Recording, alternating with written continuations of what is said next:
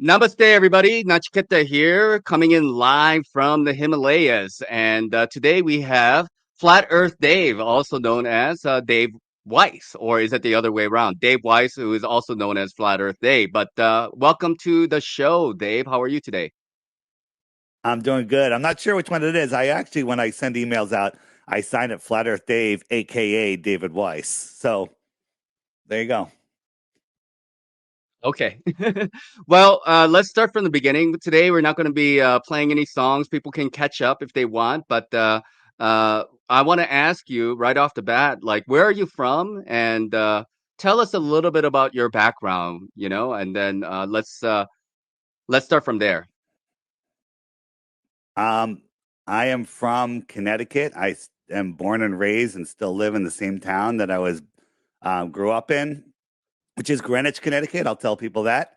Um, Easy to find out. I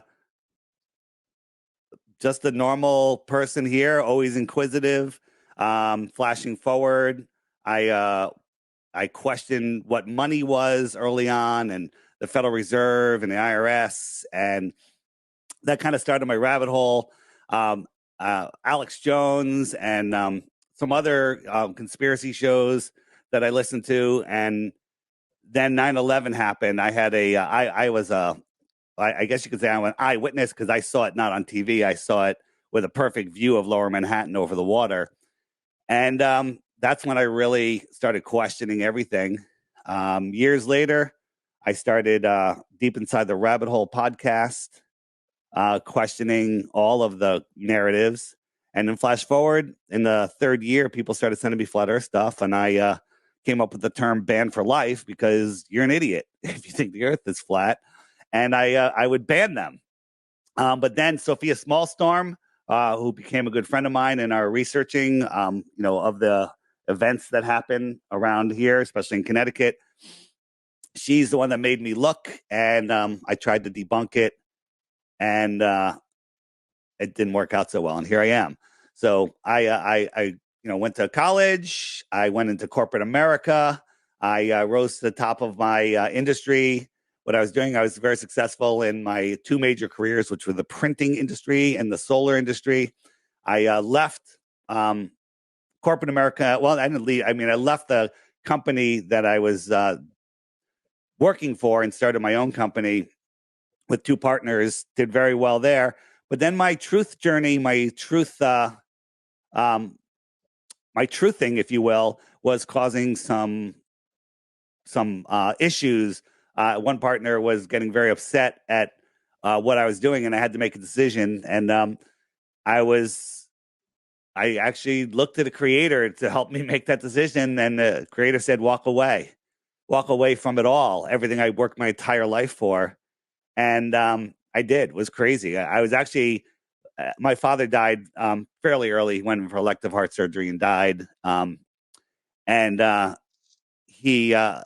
was that was the one moment that I was kind of glad that he wasn't around because he would have killed me for walking away from everything I worked my life for to talk about flat Earth, because I think it's the most important topic. It's the underlying foundation of all of the lies. Everything that's going on in this world is because people are lost, spinning out of control in space. So there's 2 minutes of who I am.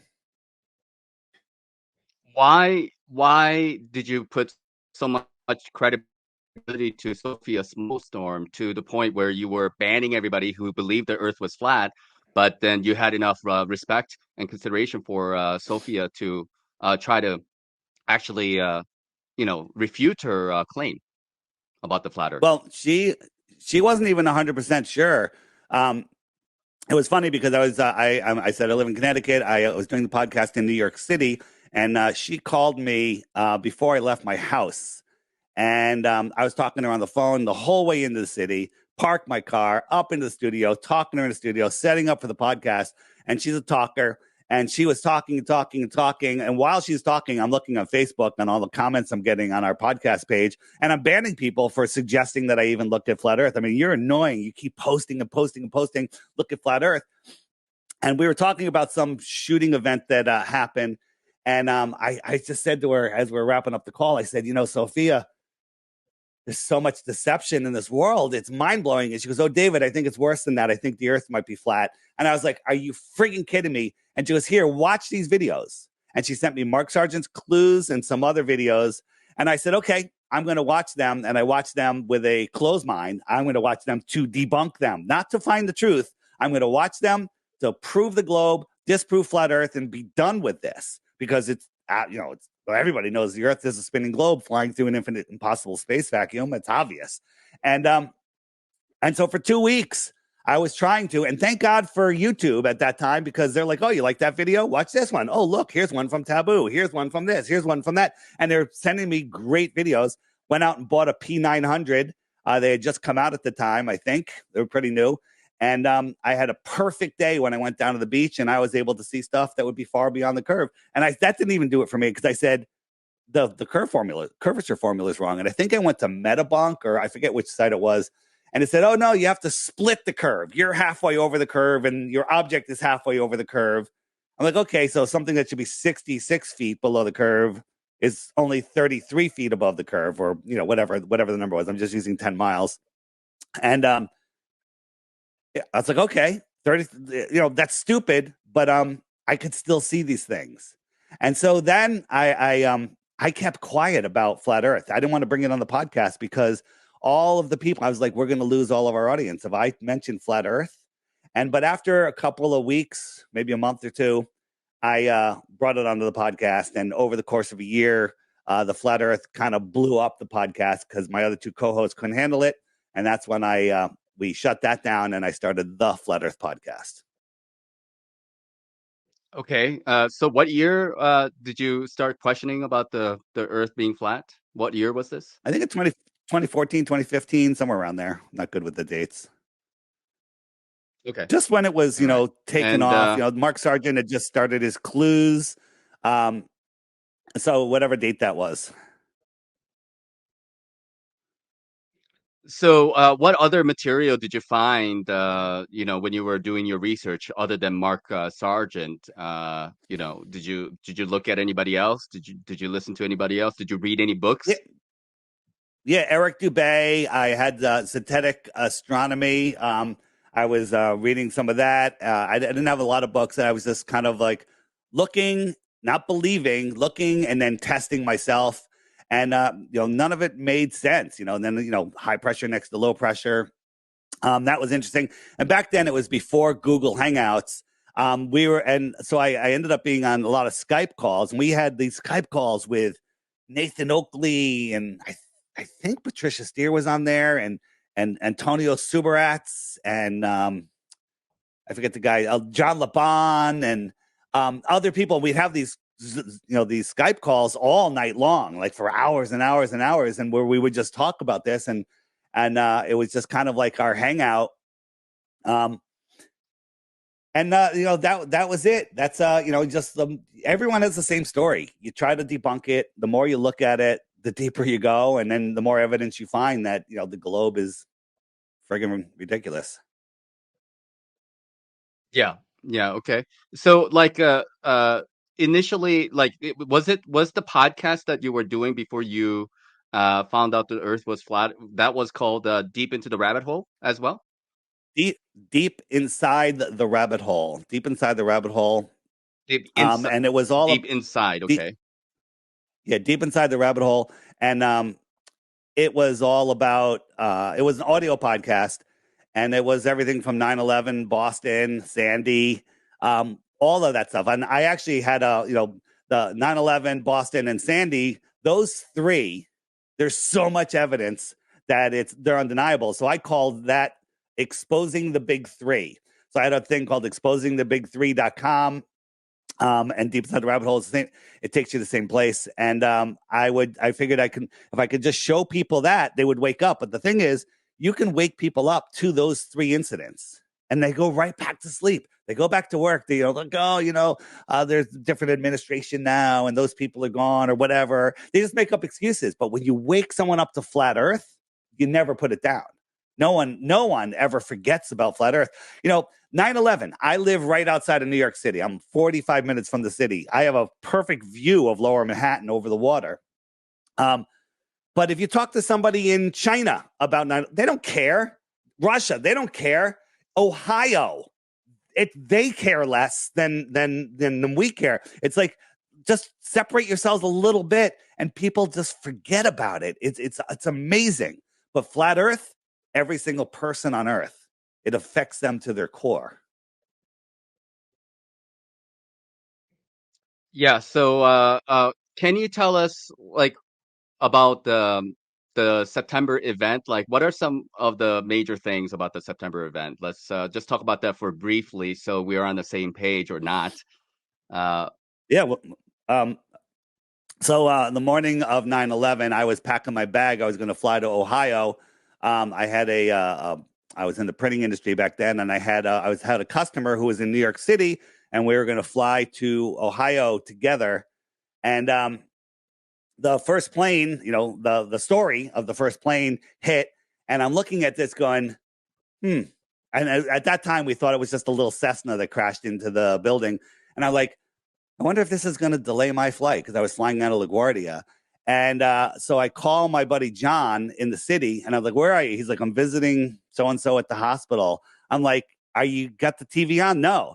I said, look out the window, turn the TV on. I go, a plane hit the tower. And right at that point, bam, allegedly the second plane hit the tower and our phone call went out. And so I'm watching this on TV going, yeah, this is pretty sure my flight's canceled, right? Couldn't reach him. I'm like, okay, my flight's canceled. And so I went down to the beach and I'm watching the towers burning. I'm watching the smoke.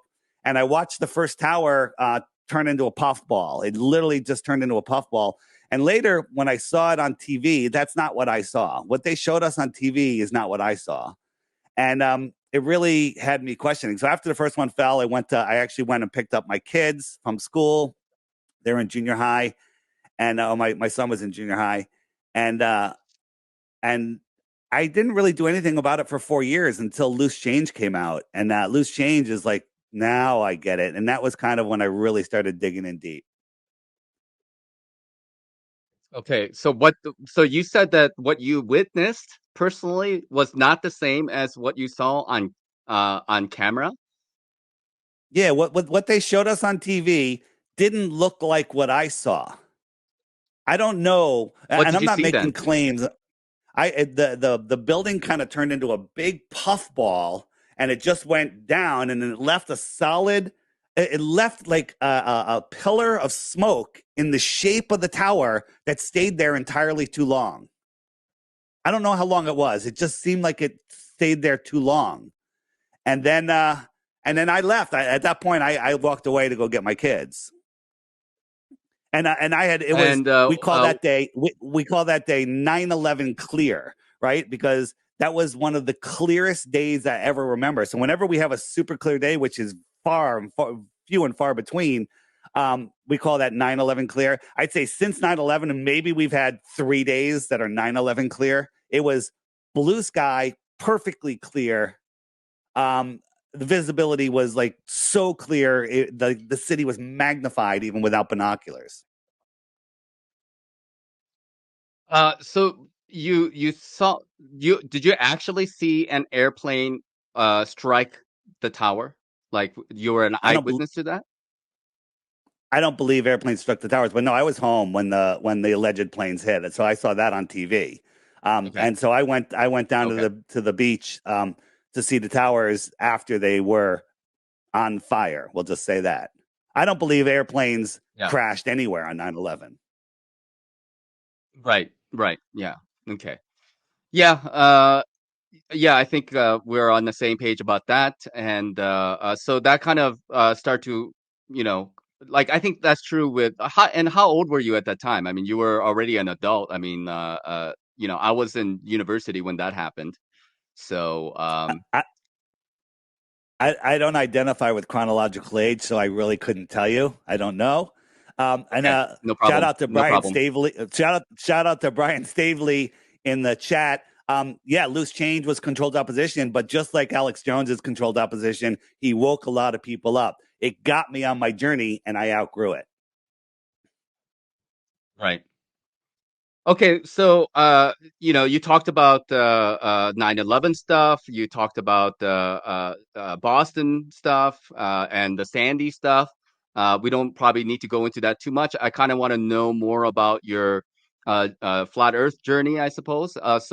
When you really started to talk about it, that was like what, 2016? I mean, like around 2015, you woke up to it, it seems, and then you were uh, I don't know, spending some time, maybe about a month, to really, find out whether it is true or not. And once you discover that it is true, then you wanted to put all your efforts into flat Earth. And that's when you decided to leave your company and you had your dispute with your two partners. So does it mean that you lost everything that you built, or does it mean you just had to sell or liquidate your portion or your stock of the company to everybody else? And why was it a problem for your partners that you were a flat earther?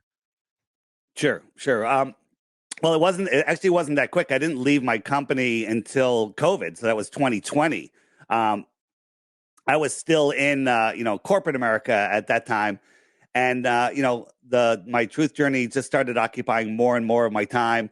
I was going after some Connecticut law firms that were involved with the Beachy School in Connecticut. And turns out that those the same law firm that represents some of our clients that we're doing large solar projects for. So there's a conflict, and yeah, like I was literally frying some of these lawyers online. Meanwhile, they're lawyers that are, approving our contracts with these other clients. And so, yeah, there was a big, my partner was 100% right. He's like, this is causing a conflict. And I said to him, I said, you know what? I will, I'll drop it. And he looked at me and he goes, you're never going to drop it. Right. And he was right. I'm never going to drop it. He was right. And I didn't believe him at that time, but I'm never going to drop it. Well, and just a quick note, when I was deciding whether I should leave my company, and then I'll explain what leaving my company involved. Um, I asked God, the creator. Yeah, I said I need a sign. This is like the craziest thing ever, and I got some crazy signs. One, I can tell you the signs if you want, but I got the signs. I was talking to Owen Benjamin after those signs, and he goes, "Just walk away. It'll all work out. Just do it." And so I walked out. I walked away. They bought me out. It wasn't a huge payout, but it was enough just to get me going, to cover my bills, and everything always works out when you do the right thing. I am interested in knowing what the signs were, if you would like to share that with us. Sure, sure. So in America, the American dream is go to college, get a degree, get a job, work your way up to the top of the company. Maybe they never teach you about opening your own business, but I opened my own business. I became the CEO of my own business, and I was making lots of money. I had lots of free time. Worked hard, and I said, I'm thinking of leaving, which is the craziest thing ever. I kind of did what most people only dream of. And I said, can you give me a sign? And that day I go into the office, and we do commercial solar projects, the large solar projects, because they're the same amount of effort as a residential solar project, but you make 100 times the money. All right. So why are we doing residential? So we're not doing residential. My partner goes, hey, we're doing a residential job in upstate in New York here. And I'm like, really? Why? And I go, who? And he goes, the Clintons. We're doing the Clintons' house. We're putting solar on their house. And I'm like, I look up at the ceiling. I'm like, can you give me another sign? I said, can you? Okay, I hear you. Give me another sign. And my other sign was, it was either later that day or the next day. He goes, hey, we have these large solar systems on roofs, and we have easements on these roofs, so we have control over the roofs. He goes, all the buildings that we have easements on, we're going to lease out 5G towers. We're going to put 5G up with the solar.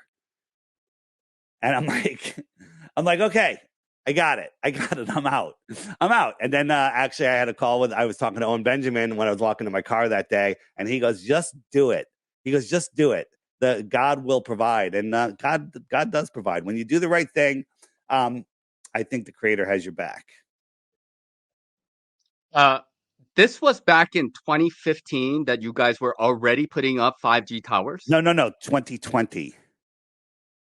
2020, okay. So 2020 okay. but even 2020, like it must have been mid to late 2020 because 5G was not even approved until like March of Well, 2020. yeah, it was just when COVID started, and they were talking about these cellular companies were looking for rooftops to lease. So I wasn't involved in it. I don't know.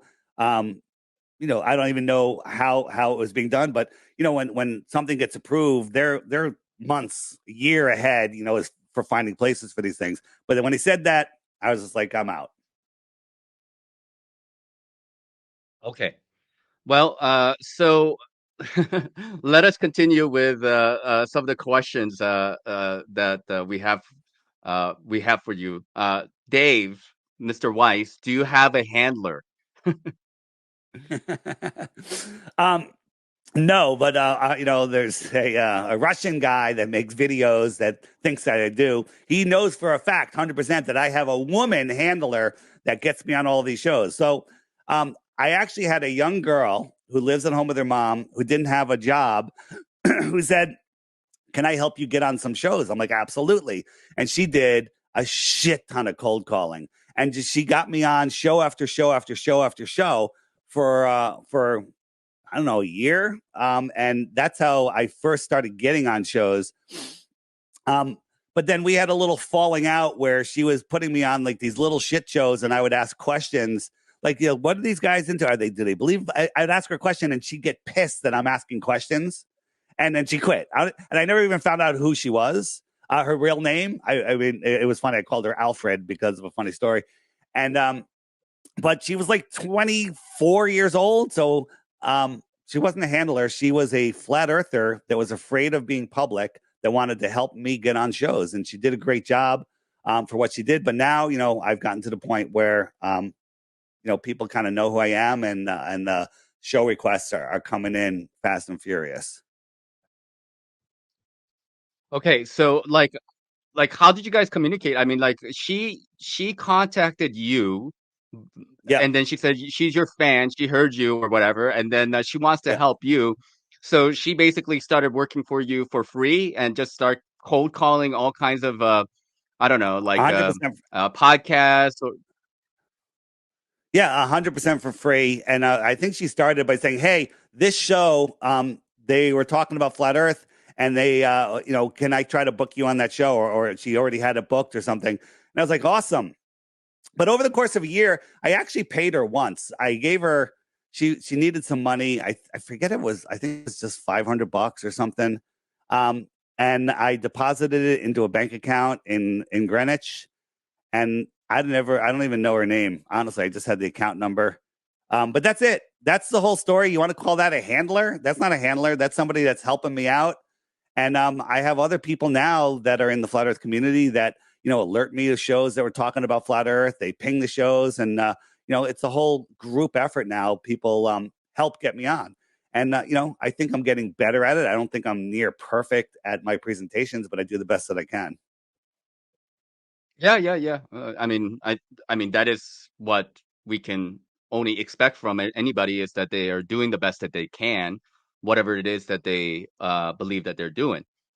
So let's see. How do you get all of these interviews? So like that kind of answers that question. Like basically, she worked for you, worked with you, let's just say, for about a year, and she just cold called, and you just went with it. And then after a while, just because you were unhappy that some of the shows that you were on that she suggested, and that's why you were questioning her about like why Well, am I in these shows? Like what happened in those shows that made you you're not really no, no, happy no, no, about no. what was happening. Let, let, let me explain. She'll on a Okay. show, and she'll say, "Hey, here's a show. Reach out to them. Just reach out to them." And what I would normally do when I had time is I would look up the show, and I'd research the show, and I'd watch some episodes, and I would read comments and kind of figure out where they're from. So my pitch, I would know what to say. Like if they hated flat Earth, I would go with a different pitch than if they were flat Earth curious, or if they've never mentioned flat Earth. And so I would take the time to do that.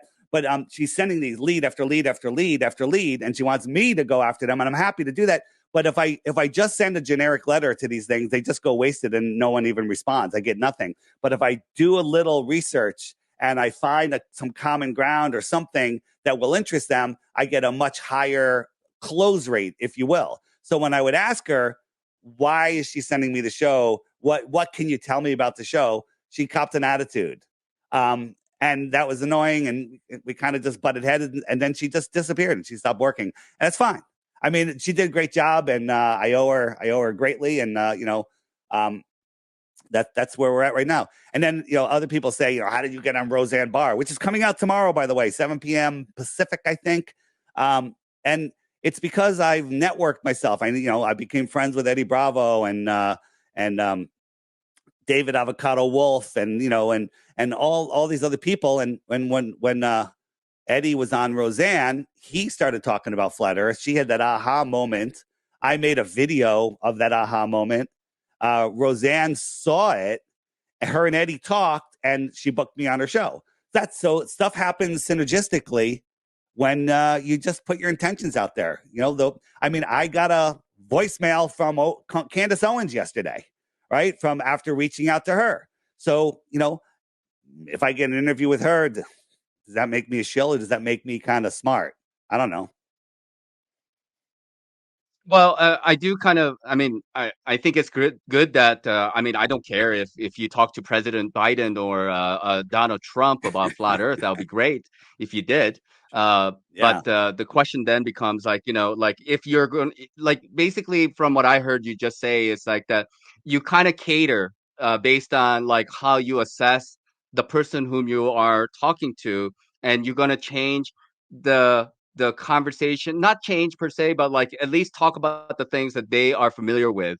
And that is like better way to go about with the conversation in your mind, right? That's you said you have a higher closing rate by doing that, right? So let's say there's a show that they talk about aliens. They're an alien show, and they think space is real and aliens and disclosure. So I would hit them up with, and again, people hate when I talk. Some people hate when I talk about more land, because we don't need to speculate what's beyond Antarctica to prove the Earth is flat. But if I went to that show and say, "Hey, there's a better explanation for aliens, that come from here on flat Earth.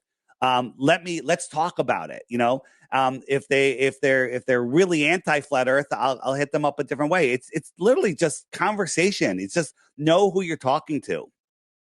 If somebody is like a real biblical person, I'll just stick to the Bible stuff. If someone's, just like, I don't know, man, I see boats go over the horizon. If they made a comment like boats go over the horizons, flat earthers are stupid, I'll talk to them about boats over the horizon. I'll send them a short clip of explaining how boats appear to disappear behind the horizon, or do disappear behind the horizon, but it's not because of Earth curve. And they'll be like, wow, that's interesting. Come on the show. And so it's literally just having a conversation and meeting somebody where they're at to get their interest. So wherever that door is, if it's over on more land, if it's biblical, if it's measuring the world, you got to find that door to get in and then open it up from there. Okay, let me ask you a question because this word gets thrown around a lot. The word shill, grifter, controlled opposition. Can you explain to us what that word means to you? What does a shill mean to you? Yeah, a shill is somebody that that goes out ahead of some other people to promote something not real. Like, the real definition of a shill is like back, the stories from the old days, which I don't believe. A guy will go into town and hang out at the saloon and go, "Oh man, I got such a toothache. It's horrible. It's horrible." And then the next day, some snake oil salesman comes in and goes, "I got this special oil that will make your tooth go away, tooth pain go away." And he'll like, "Please let me try it." And everyone from the town will, "Yeah, try it." And he does it. And he goes, "Wow, it's perfect." That's a shill. That's a shill. Okay. So people that think I'm a shill, I can't prove to anybody that I'm not. You can't be 100% sure that I'm not a shill. Nobody, I'm not 100% sure you're not a shill. Now, we have God-given discernment, right? I have God-given discernment. I think you're an intentional, honest person. I don't know you, right? But I can never be 100%. The only one that can be 100% that the person's not a shill is the person themselves. So when somebody says, "I have a handler, I'm a shill, I'm doing this," and I know those aren't true, basically they've just discredited themselves forever to me. And I try not to focus on any of that. So that's the idea of a shill. The grifter, like a grifter, I don't even the word is stupid to me. I don't have anything to say about that. Okay. So what about is the controlled opposition similar to a shill? Are they synonymous with each other, or are they different things to you? I guess they were the same thing, right? Don't you think? I would probably say so. Like when people say somebody's a shill, I guess on one hand that could mean that they don't really represent what they are representing. You know, they're not really for, like, for example, if somebody's calling you a shill, Dave, that they're saying, well, he's not a true flat earther. He's just pretending to be one.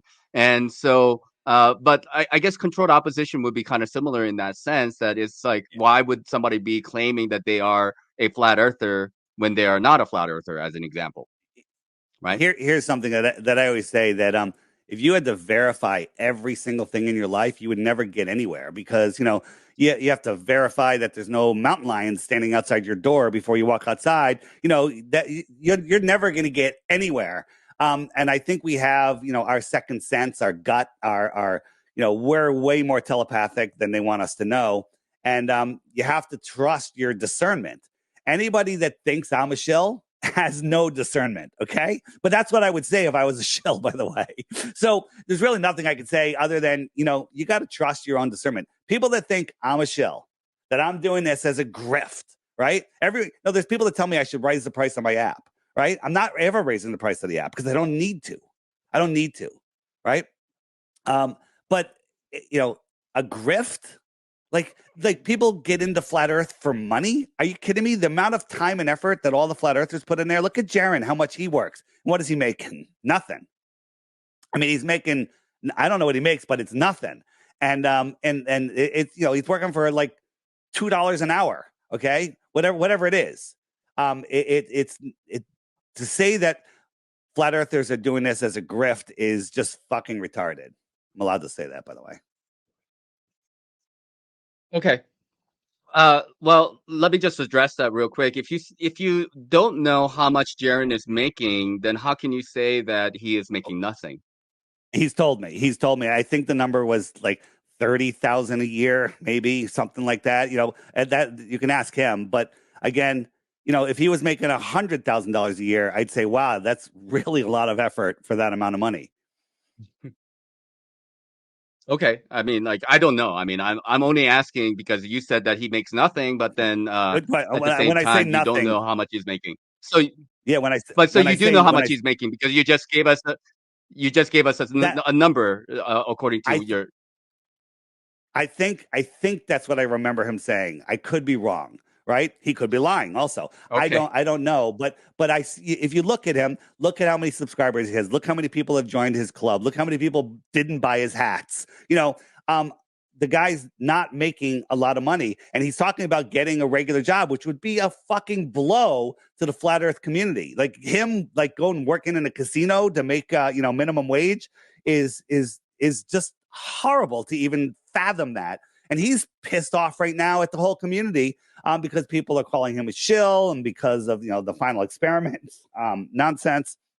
Uh, it's disgusting what's going on.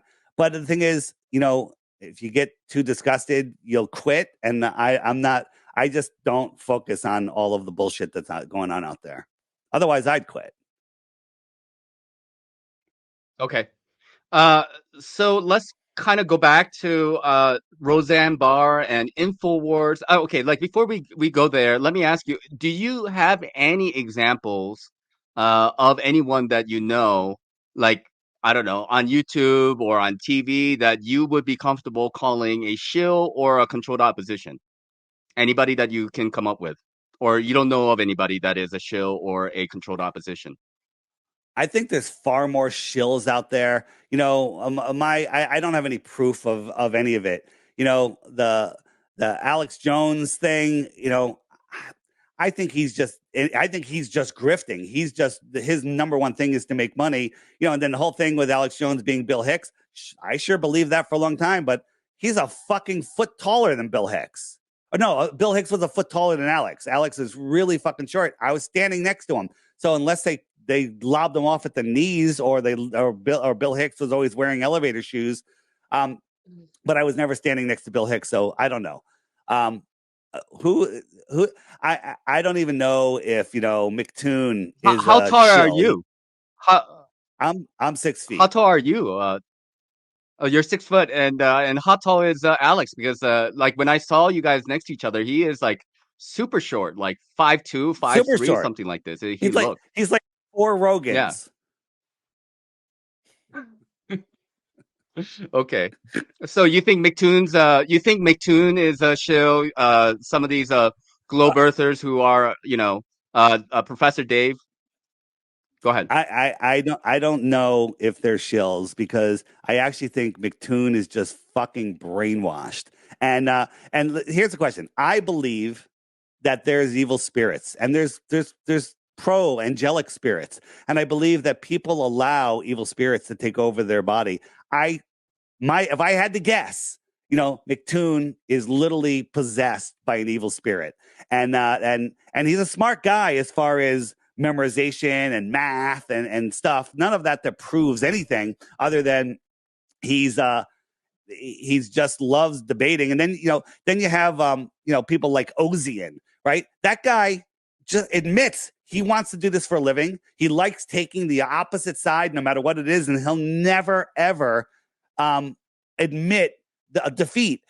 Like, you can have him, he'll take either side of a debate and then he'll swear by it.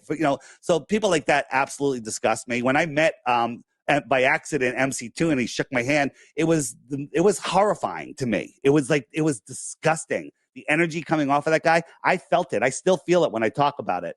Right. So is he a shill? I think that he's just a friggin' evil, possessed, monster. Is Dave Farina a shill? I think he just loves his YouTube money and he'll say anything for it. Is what's the other guy? Dave McKeegan. I think he just loves his YouTube money too. But they could be incentivized. They may not even know that they're shills. Like, McKeegan is making all this money on YouTube from his views, and Professor Dave and Simon Dan. Maybe they just don't care that they're lying, but they're doing it on their own, or are they being guided? I don't know. Okay, so basically you don't know, you can't name a shill. Like, you don't know whether somebody is a shill or not, basically. Yeah, and not that I can think of off the top of my head. I mean, I'm sure Yeah, there's some out okay. there. I just No I problem. just have no proof. Well, I'm sure there must be. Yeah, exactly. There could be some shills out there, but I was just so that was kind of the reasoning. Go ahead. Go ahead. If there are, I don't pay attention to them, because you can't change people. Unless you're friendly with them and share a friendly exchange of ideas. People give me some good ideas, and some people have good ideas and just fucking present them incorrectly, and I just like I don't want anything to do with that, right? So if there are shills, I don't pay attention to them, right? Unfortunately, we gave our attention. Excuse me. We gave our attention to McToon and those other anti-flat earthers, that are leading the pack. We should all just ignore them. Ignore them, and they go away. They're not in your life. Like, I got divorced, and my ex-wife and I have completely different views in life. We live in the same town. At least I think we do. I think she just moved, but that doesn't matter. In this small town, over 15, 20 years, I never bump into her, ever, because we're on a different vibration. If I focused on her, I'd bump into her all the time.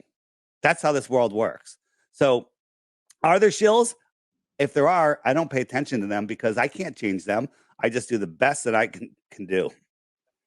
I've got a little cold, so Yeah. I'm coughing a little bit, and also, for those of you that haven't noticed, we have about a 4-second delay. That's why there's these pauses. Yeah. There's a little bit of delay, and I appreciate everybody being here. And thank you again, Dave, for having this conversation with me. And the reason why we are having this kind of Shill discussion is because I just wanted to get Dave's view on Shills, because Dave probably been called Shill more than anybody here. Of course I've been called a Shill here and there, but I don't. I mean, like I'm hardly consequential compared to Dave. So like he is more used to this idea of being called a shill. So he might have had the time a little bit more than me to reflect on it. And I just wanted to get his perspective on what it means to be a shill, because it gets tossed around a lot, as you are probably aware. Somebody's a shill, somebody's a grifter, somebody is a controlled opposition. But the thing is, if you know that somebody is a shill or a controlled opposition, do you feel that you have a sense of duty to call that out? Or is it better to just ignore that and let people figure that out on their own? How do you feel is the best approach? If you have evidence of somebody, we're going to get into the Will Duffy and the evidence of him having an ulterior motive, aka shill, is growing tremendously. So, yeah, I'll call that shit out. Okay. All right. Before we continue, because I do definitely want to talk about the final experiment. Anything more that you want to say about Infowars and Roseanne Barr? Obviously, those are big names and they get millions of views. And a lot of people have called Alex Jones to be a controlled opposition or a shill. You don't get that sense about Alex Jones and Infowars, do you? I don't I don't I, let me think about the way can answer this. Alex Jones is controlled opposition by the way that he acts. Now, is he doing it on his own?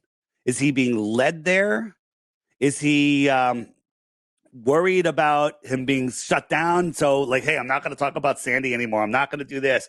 There was things that he said during the breaks that lead me to believe that his number one priority, and it's not a belief, I would guarantee it, is making money and supporting his staff. Now he hires a lot, he pays a lot of people to run his operation, and God bless him, whatever.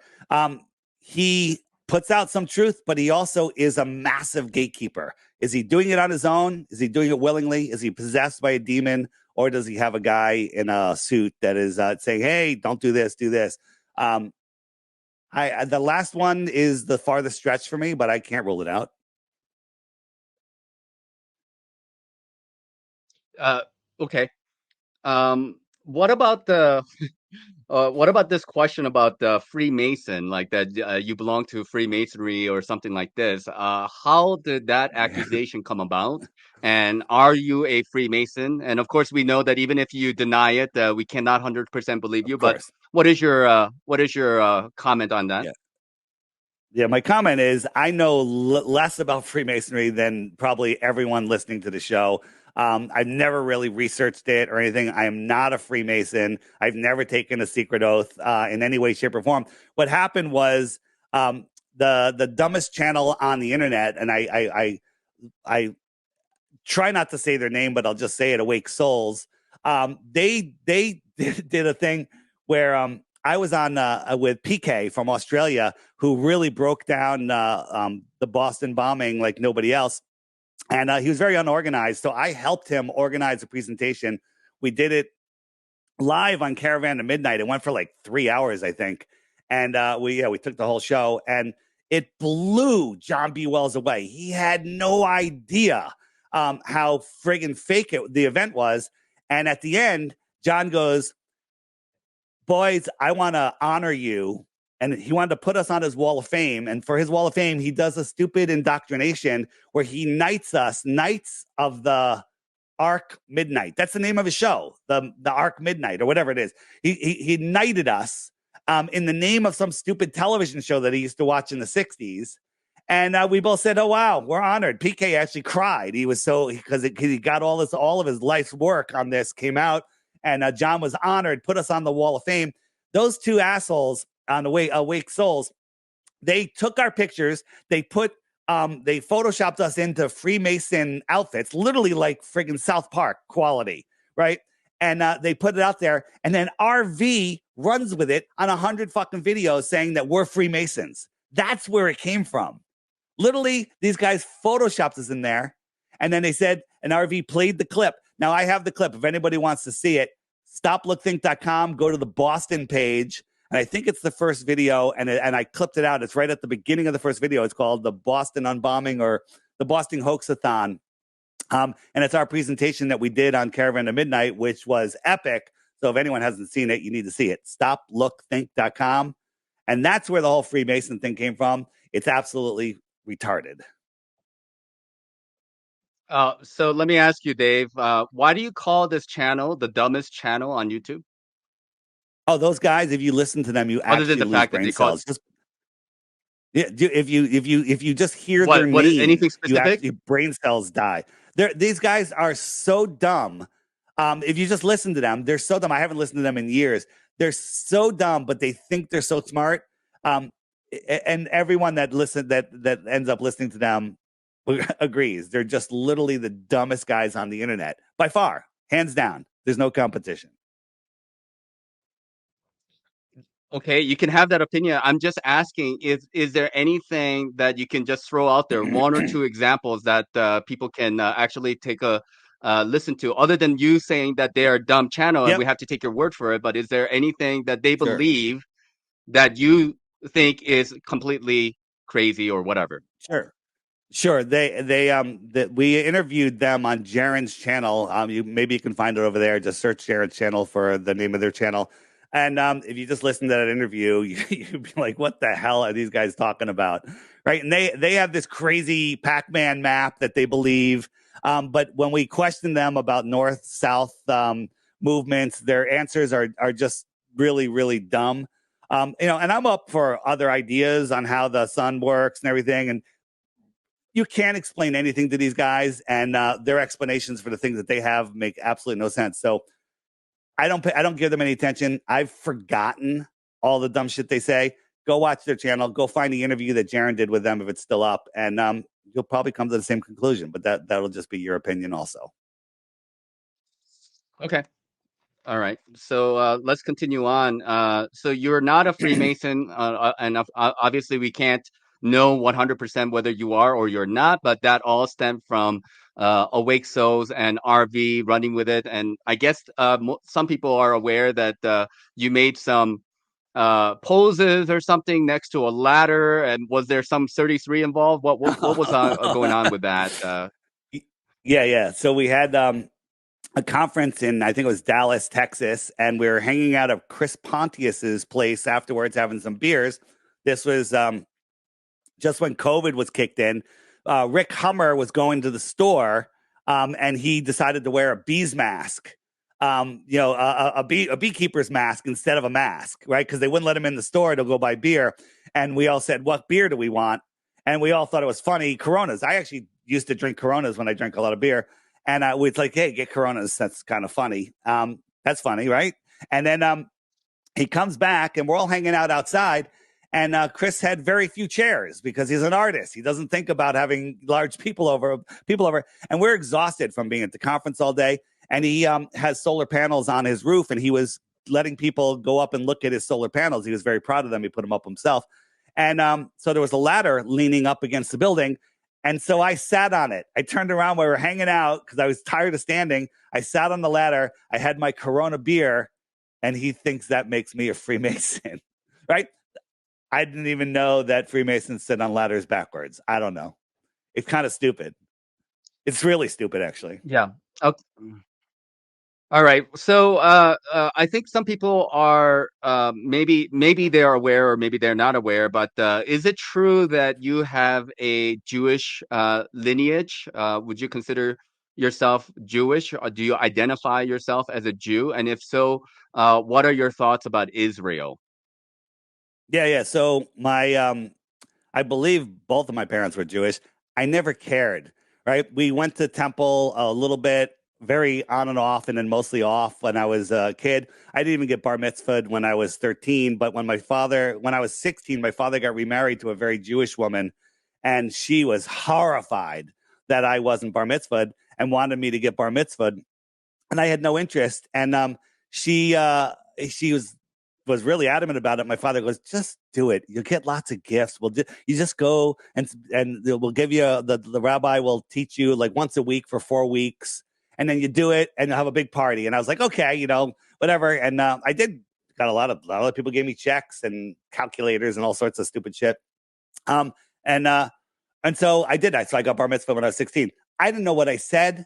I don't know anything about it. The Jewish holidays, I could probably name them, but I couldn't tell you when they are. I think Rosh Hashanah is the New Year's. I could give a shit about any of that. How do I feel about Israel? I know less about Israel than anybody else, other than right now, they're fucking in a war that seems like fucking genocide. And, I only know what the mainstream and the alternative media tells us about what's going on over there. Seems like, seems really friggin' bad. So there's my opinion on that.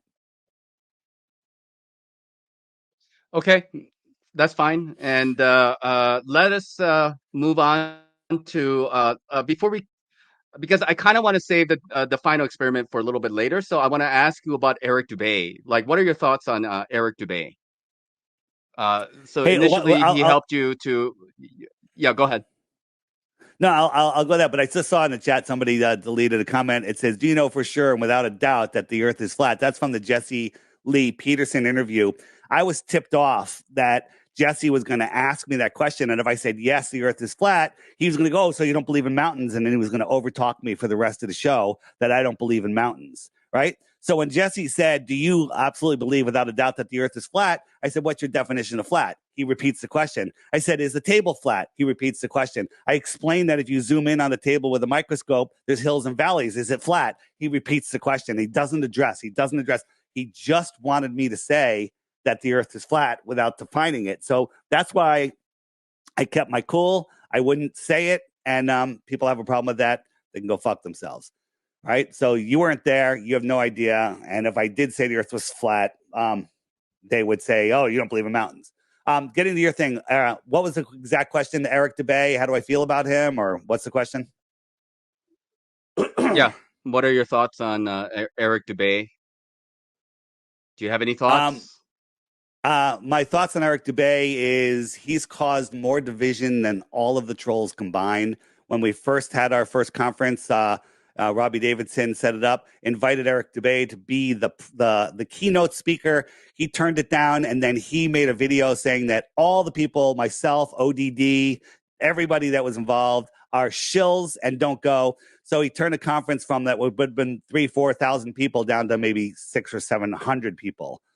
So that was a huge dividing thing that he did. Did it intentionally? Was he controlled? I don't know. You can make a good argument. His parents lived in D.C. and he won $100,000 vaccine award, which is a way to launder money. Or maybe he was vaccine injured. But the guy puts out a lot of good, in my opinion, flat earth videos. I like his melodic friggin' gay voice. Okay. I kind of like his style, but he also puts out a lot of shit.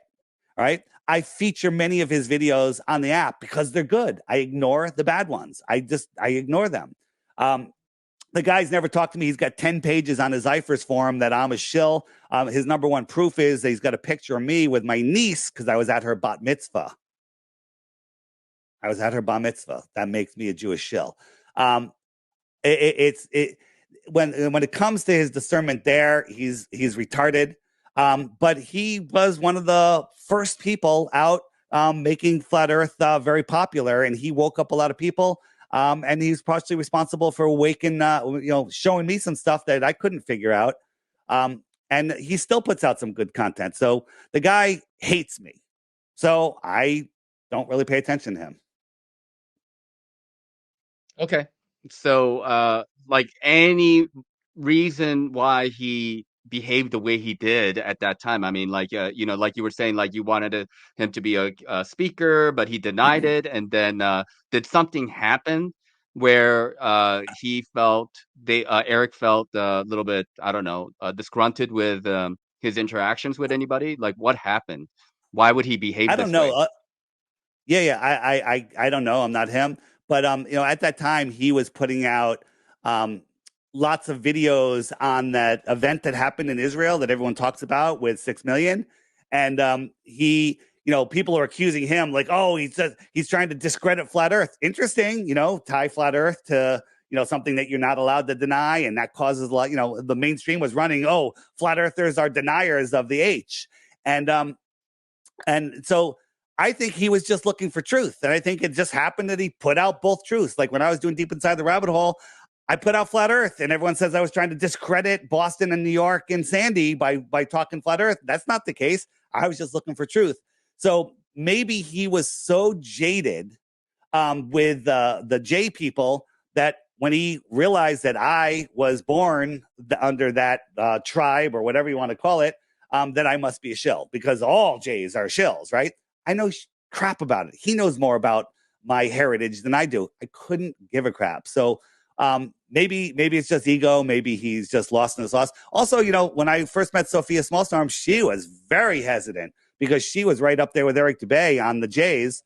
And she was very hesitant to become my friend, but we've become good friends since then, just showing that, I have nothing to do with any of that. Um, Talking about the Jays, like, do you think there's any legitimacy to the claim that the Jays are kind of, running the show, or they are very much part of a lot of different institutions that seems to be quite nefarious? Do you think there's anything legitimate there, or not? Well, if you look at the number of Jays according to the world population, if you believe that, it's a very low percentage, but the percentage of the ones in power in this world are a super high percentage that are Jays. So fuck yeah, you're in the club. If you're in the club and they like, they're controlling a lot of stuff. It's not a theory; it's a fact. All of these people that are in these superpower positions are Jays. All right. I'm not saying that makes them good or bad. It's just a fact that they're in these positions. How did that happen? How did it happen? You know what? When you're in a power position, you want to invite your brothers and sisters, your Freemasons, the Jays, whatever. People in power, like flat earthers. We're only going to hire flat earthers. When we have businesses, we're only hiring flat earthers. How did that happen? How did everyone become a flat earther that works for this company? Because that's what we do, So it's not much different. So, they bring in their own to control things. So, yeah. Okay. Uh, let's continue. Are you a millionaire, Mr. Weiss? Well, some people say I'm a millionaire because of the app, and other people say that I was a millionaire long before the app. I was only a millionaire for a couple of months when crypto was peaking during the last bull market, and that millions of dollars turns into a low number of tens of thousands. So I was never really a millionaire except on paper. And I when I left my company, I didn't have any money in savings. I just had enough money to pay my regular utility bills and get some groceries. So no, I'm not. And then the app, the more money the app makes, the more money I end up putting into the app. So no, not a millionaire. Uh, so how many people are registered on the app now? And let me ask you, like, when did you come up with this idea? How did you come up with this idea for the app to begin with? And then let me ask you more questions about it. Yeah, so there's 190,000 people on the Friend Finder. It just turned 190 yesterday or the day before.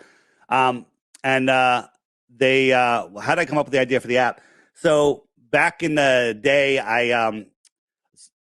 it was actually Stinky Cash that showed a flat Earth clock, a sky clock, which I had actually seen. I think I had seen something before, but he's the one that really made me understand it.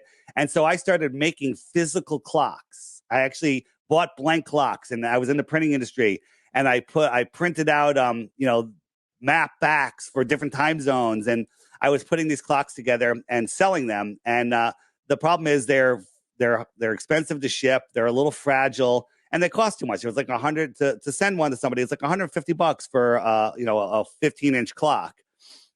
But people wanted them, and I sold like 150 of them. But it was a big pain in the ass. And then all of a sudden, I said, you know what?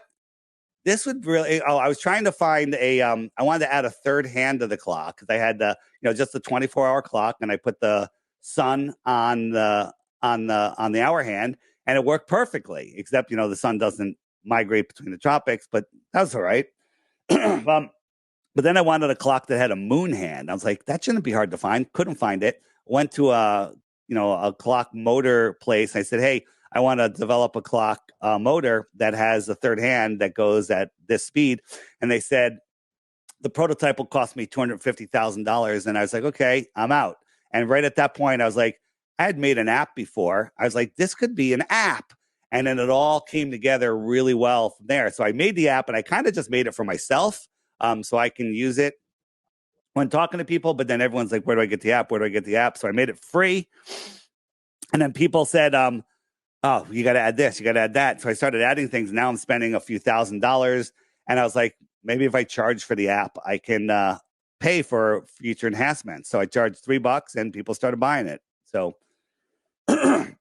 so went from there, added more and more and more and more features. And then some of the features I started adding, like the friend finder and everything, those actually use data and costs. I need servers and all sorts of stuff. And those features actually end up making each app user cost me more than the cost of the app, which was $3. So I said, all right, for these additional features, I'll just add a subscription. I make it cheap. I made it $11 because I like the number 11. And that would help, that would cover the costs, of having these features on there. So I did that, and it seems to work. And I keep adding more and more stuff. I got some new updates coming. I got a open source version, a Mac version coming out. And then after that, a computer website version, so people can just use it on their computer.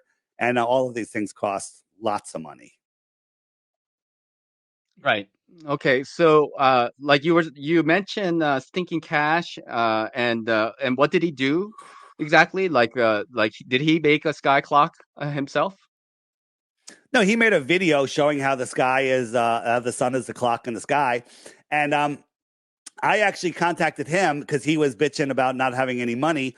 I said, listen, I'll pay for all the materials. I'll do the marketing. I'll get the orders. I'll send you all the stuff. You just put the clocks together and ship them, and I'll split all the profits with you 50-50. Pretty good deal. Zero investment. And he said, no, I'm not doing it. Right. And because he hates Jews, for one thing.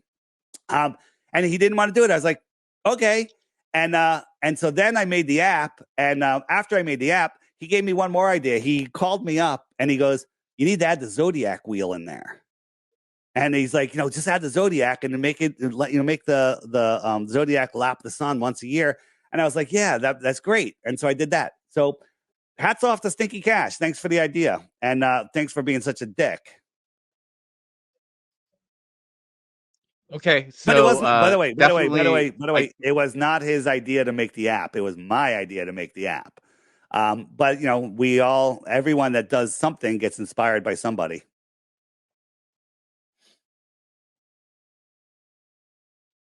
okay.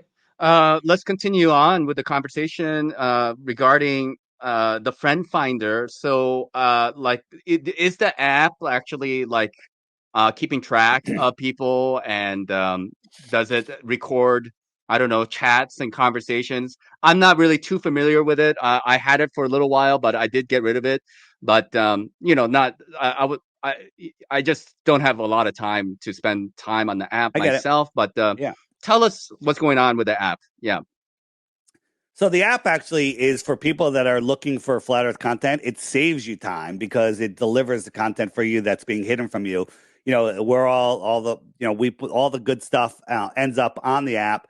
So, for people that are researching flat earth, that $3 saves you tons and tons of time. As far as tracking goes, if you're worried about tracking, get rid of your smartphone because it's tracking you. Your calculator app is tracking you. Your bank app is tracking you. Everything is tracking your exact position. If you don't think your phone is tracking you, you don't even know that your phone, how Apple AirTags work? People that have Apple AirTags, they're not connecting to the internet. They're connecting to anyone's phone that's walking by. Your phone reports the position of that AirTag to Apple, and then it goes on to a map. So whether you know it or not, you're tracking other people with your phone. You're being tracked with your phone. And It's showing your exact location. The app by default puts you within a 5-mile radius in a random spot. So one could say, if you're worried about being tracked with your phone but want to keep your phone, get my app, because it confuses them on where you are, because it doesn't put you in the exact location. So my app actually untracks you. Some people in the chat are uncomfortable with the questions that I am asking you, Mr. Weiss, and I told you from the very beginning, even before we started with the show, that if there's any questions that you feel uncomfortable with, you're welcome to not answer any of the questions. That's one thing, and number two, are you feeling uncomfortable with the questions I'm asking you? Absolutely not. I actually accepted this. I've heard a couple of your interviews, and I found you very inquisitive, skeptical, and very curious. And I accepted this interview because I wanted you to ask me all of the hard questions. I told you that there's nothing that's off limits, and if you say something that I don't want to answer, I'll just tell you I don't want to answer it. Like you asked me my age. I jokingly said I don't identify with chronological age, because actually I made that up as a joke, but I really don't, because I don't identify with chronological age. So I actually was hoping you'd ask me. I think you're doing a great job. I love this interview. I really do. So keep it going. So people don't, and anyone in the chat, if he's not asking a question that you want to hear, a suspicion that you have, throw it in the chat so he sees it and he could ask me. Yeah, well, again, it's not my intention to make you feel uncomfortable or, I'm but I think not. these are legitimate questions, to be honest. And if you feel that I'm being unfair, then do let me know. But I think, these are natural questions with any app that you might be a part of. And then if there are the blue dots over there, and that can be tracked, and your answer was that everybody can be tracked more or less, Yep. using And your and phone, right? and you can turn off the friend finder. Go into friend finder, turn it off, and you're not being tracked at all. But if you're worried about being tracked, get rid of your phone, get rid of your internet, get rid of everything else. Okay. So let's continue on with the conversation. So why did you settle with a AE map? Is that an accurate map? Obviously, you believe that the AE map is the accurate map, and like when did it come about exactly? Do you know when the AE map came about, and now it's the main flat Earth map, I guess, out there? Well, it's the best map that we have, and it was in all encyclopedias and schools and libraries until like the 1959 or somewhere around there, and then it kind of disappeared. But if you look on the app, wherever the sun is, it's noon. So I can right now I can say it's almost noon where I am, because you're always in a line from here between the center and the sun is approaching. So it's almost noon. I can wait until the sun goes over here. I can call a friend in Sydney and say, "Where's the sun?" And they'll say, "Well, it's noon and it's lower in the sky over there." But in December, it'll say it's high in the sky. So, and I've done this different places around the world. Wherever the sun is, you're like, "Hey, I know somebody that lives right under where the sun is right now." Call them, ask them what time it is. They'll say noon. So there's something right about the map.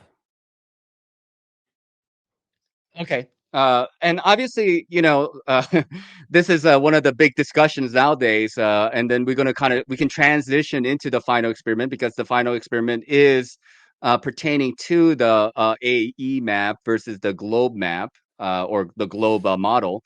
But at the end of the day, it is only a model. Wouldn't you agree that the AE map that you have featured on your app, the Zodiac app, is just a model, right? I agree that it's just a model, but it's a better model than the globe. And if we look at if someone says, where's your model? Where's your model? Let me show you. Here's our model right here.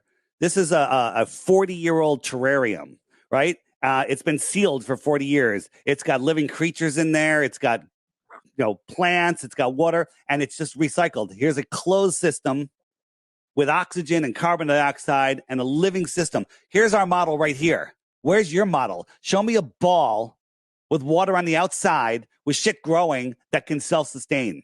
You can't. We have a better model than them.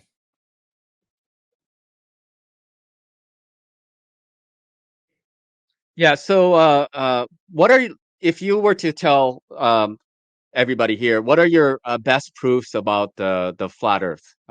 What is your top two, three, or four that you can just name? You've Yeah, done this probably over 100 times yeah. already. We can see too far. That's a great one. You know, if I got this image in the app right here. Um, there's 50 miles of missing curvature, and over here these are even farther away, right? So there's more than 50 miles of missing curvature using their math, right? It's more like 60 miles, but we'll just round down. Well, we can always round down and give the globe the benefit of the doubt. We can see too far, right? But everything just magically pops up, right? Everything magically pops up and goes to eye level. It's absolutely the dumbest crap ever. So we can see too far. The fact that stars never change, right? We're whirling and twirling in 15 different directions at once at unimaginable speeds. And you know, we're going like this, and none of the stars ever change. Oh, they're so far away, you know. But then when you look at the angular the inverse square law of size and of light, none of it makes any sense. You guys have all heard me talk about all of the stuff. None of it makes any sense. It makes no sense. The stars being fixed in our firmament um, does make sense, and also, you know, with great telescopes, you can zoom on the moon, you can zoom past it, you can zoom in front of it, you can zoom on it, make it in focus. You can do the same with planets and stars, but you can zoom on any one of them and then move the telescope without changing the zoom, and everything's in focus. There was a video of the moon in focus, and it was transiting in front of Saturn. Saturn. And Saturn came from behind the moon in focus. How could they both be in focus unless they're at the same distance? What do you mean the sat? What do you? Oh, hold on, your Are you sound just saying that went the great. moon was translucent? No, no, no. I'm saying that Can you? the sat. Can you hear me? The Saturn came Yes. from behind the moon. It was transiting, not translucent. Transiting. They just passed in front of each other. The moon eclipsed Saturn. Okay. I don't hear you. Yeah, there's a little Now I bit of hear you. delay. Yeah, can you hear me? I Okay, sorry about that. Glitching out a little bit. So, so the moon eclipsed the Saturn. So that is to say that the moon is in front of Saturn, right? It's not like It the appears Saturn that is in way. front of the moon. And so, Yeah, yeah. yeah, yeah. And so what do you mean that they were both in focus? They were both crisp in focus. Like Saturn's a little bit farther in the heliocentric model than the moon. And if I can zoom in on Saturn, I can zoom past Saturn and I can zoom in front of Saturn, showing that I can make Saturn at a specific focus.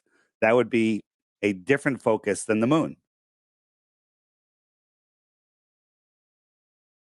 Okay.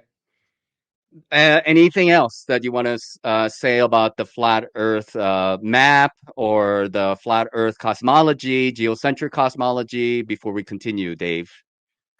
You know, the we see too far, high pressure next to low pressure. There, you know, there is no measurable curvature.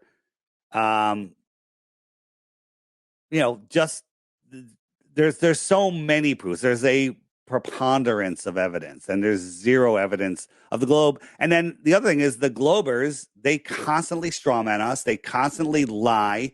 They accuse us of lying. You know, we show them something and then they claim they don't know that. You know, just the other day, I forget who it was because I don't really give a crap. But they said, well, the sunset, you know, it's impossible for the sun to appear to set on a flat Earth. We've shown them 100 times how the sun sets on a flat Earth, but they don't care. So, you know, if you're gonna straw man, you know, feel free. How does the sun set?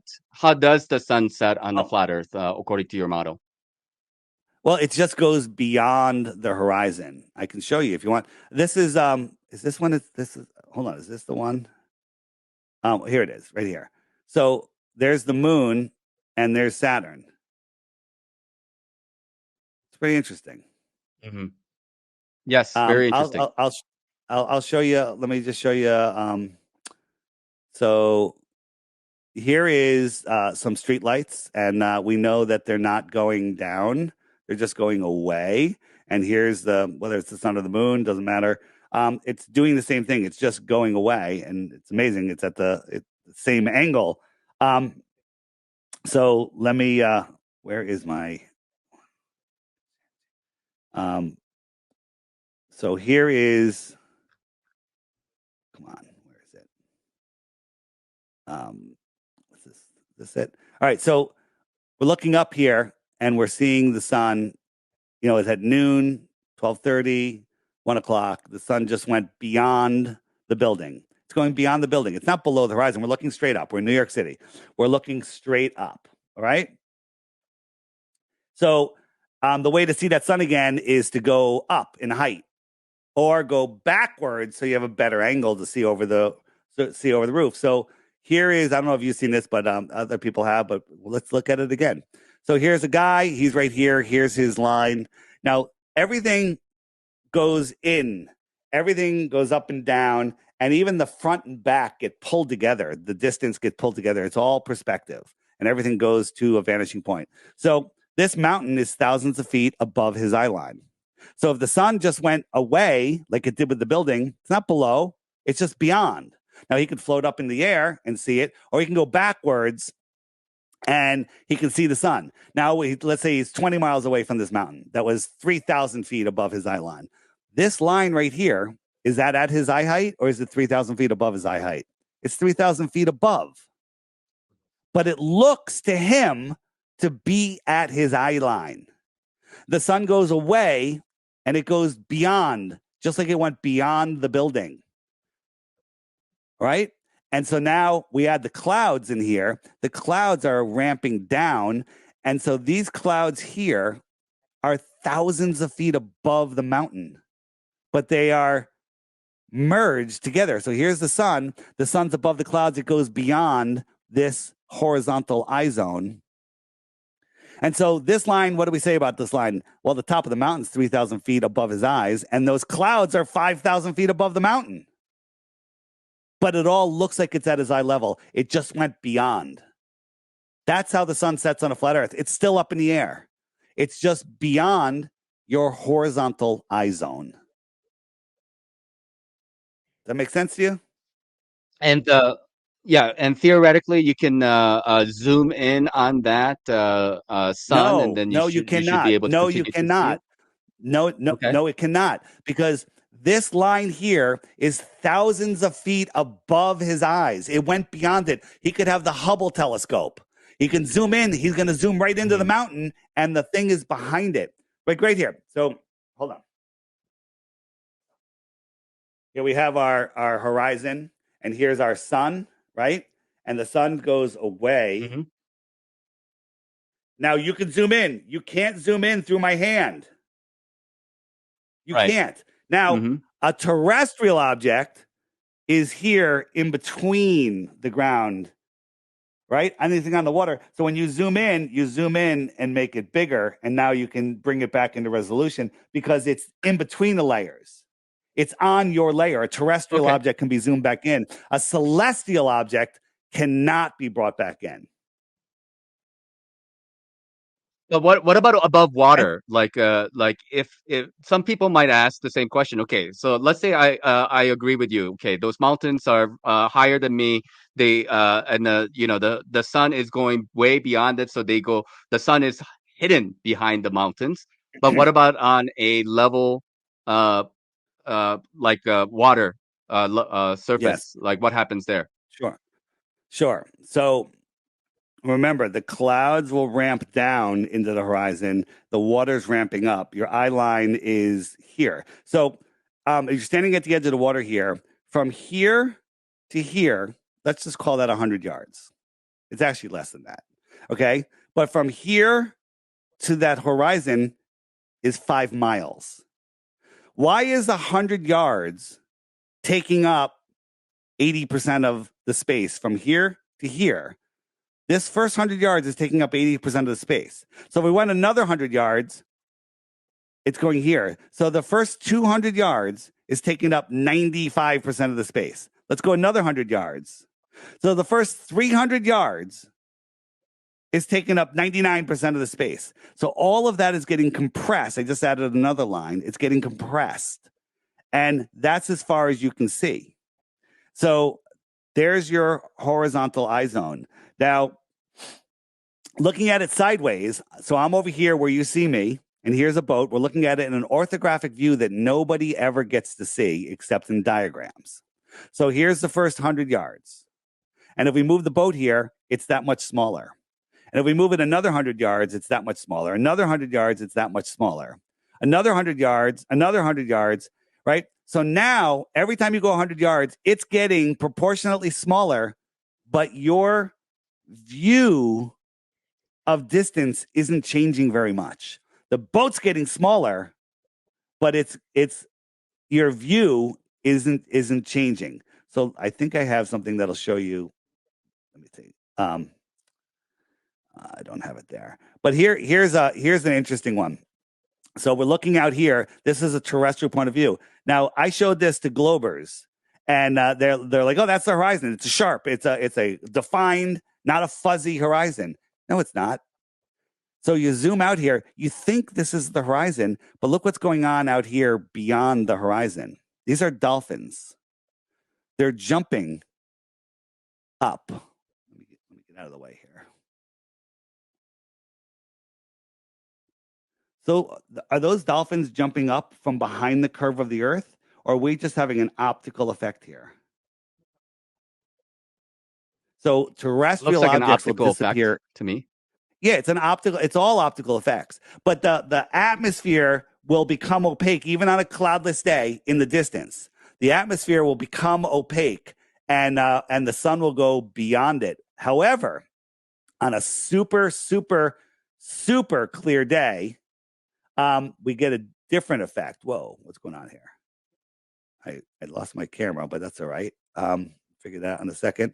So on a super clear day, we have, where is it? All right, here we go. All right. So I filmed the sun. It was going down. And when it got to the horizon, the apparent horizon, it stopped. And it just sat there. It just sat there. Okay. It just sat there. Get myself back in the picture here. Here we go. It just sat there and it stopped going down. Right. And it just faded out. Its light can no longer push through the atmosphere. Now, the Globers will go, use a solar filter, use a solar filter. A solar filter would make it so you can't see that. The sun was up in the sky. It was going down. And when it got to the horizon, it stopped. I don't care if it's in focus, out of focus, glare, no glare. It stopped and it sat there. If we're on a spinning ball, it would always move the same distance. It does a move about 15 degrees through our personal atmospheric dome all day long. But when it gets down low, if you can still see it, if it doesn't go beyond the apparent horizon that looks like it's at your eye level, but it's above your eye level, so it goes beyond, right? You'll see this. I've never seen that. I've watched thousands of sunsets. Yeah, because you didn't put a drone up on a super cold day, on a super clear day, and filmed it without a solar filter so you can actually see what's going on. Think about this. We're spinning. That's making the sun appear to go down, right? There's no explanation for it going down, and then stopping. It stops. But nobody gets to look at that. Nobody really gets to see that. And it fades out into the darkness, into the thickness. What about the infrared? Would infrared be able to capture that sun a little bit longer? Maybe you could. Okay.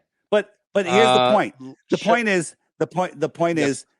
you can see the it stopped going down and it's set. It disappeared above the apparent horizon. I say apparent horizon because even Globers know that the horizon is apparent.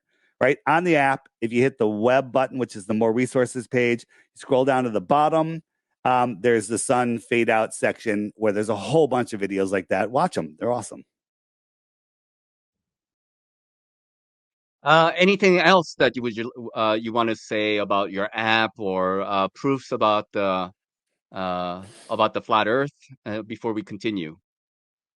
No, it's all right. I don't. This Yeah, question here, uh, there's a good. question here for you from Sarah G. Ask Dave what he meant when he said that all storms are geo-engineered, never been natural storms systems per Tinfoil Sombrero's show. Did you say something to that effect, sir? I said something to that effect. What I said is there's no evidence that there used to be storms 100, 200 years ago, 150 years ago. And to me, if you look at all the airships from the past, I'm like, wow, wouldn't a storm really screw up an airship? But I think that this world I mean, I know it's intelligently designed. And I think the delivery of water and air, I think that's all part of the design. You have these beautiful trade winds. And I think it was designed for us, for traveling, for sailing through the sky, sailing across the ocean. And it's just like a stream. If you build a dam in a stream, yeah, it'll block the stream, but then it'll build up, build up, build up, and then the stream will break. Well, with all of the geoengineering, the HARP and spraying of the skies, I think it's working the same way. And I think that they create all of these storms, to just for there. I mean, there's multiple reasons. There's many reasons, but that's my opinion. Prove me wrong. You know, some people say that it didn't even used to rain before Noah. I don't know about that. It seems like rain is an important part, but I personally think that the clouds are intelligent. I think there's sentience. I think when you look at these clouds with nice, crisp, sharp edges before the chemtrails hit them and turn them into a slurry, I think that there's intelligence there. Look at Dr. Emoto and look at what water does. Water holds information. Water has all the information. And what are these clouds in the sky? They're right there in the heavens above. And I think that our thoughts can move the clouds. We've heard stories of the Indians doing rain dances and stuff, and it working.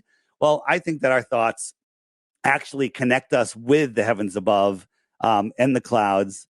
But they're literally destroying them with the spraying of our sky, and that's the disconnect us from true source. That's my opinion, right? Prove me wrong. Okay, so have you ever seen these videos, Dave, of the sun that seems to be like protruding between the clouds, where there's clouds behind the sun and clouds in front of the sun? Have you ever seen these videos?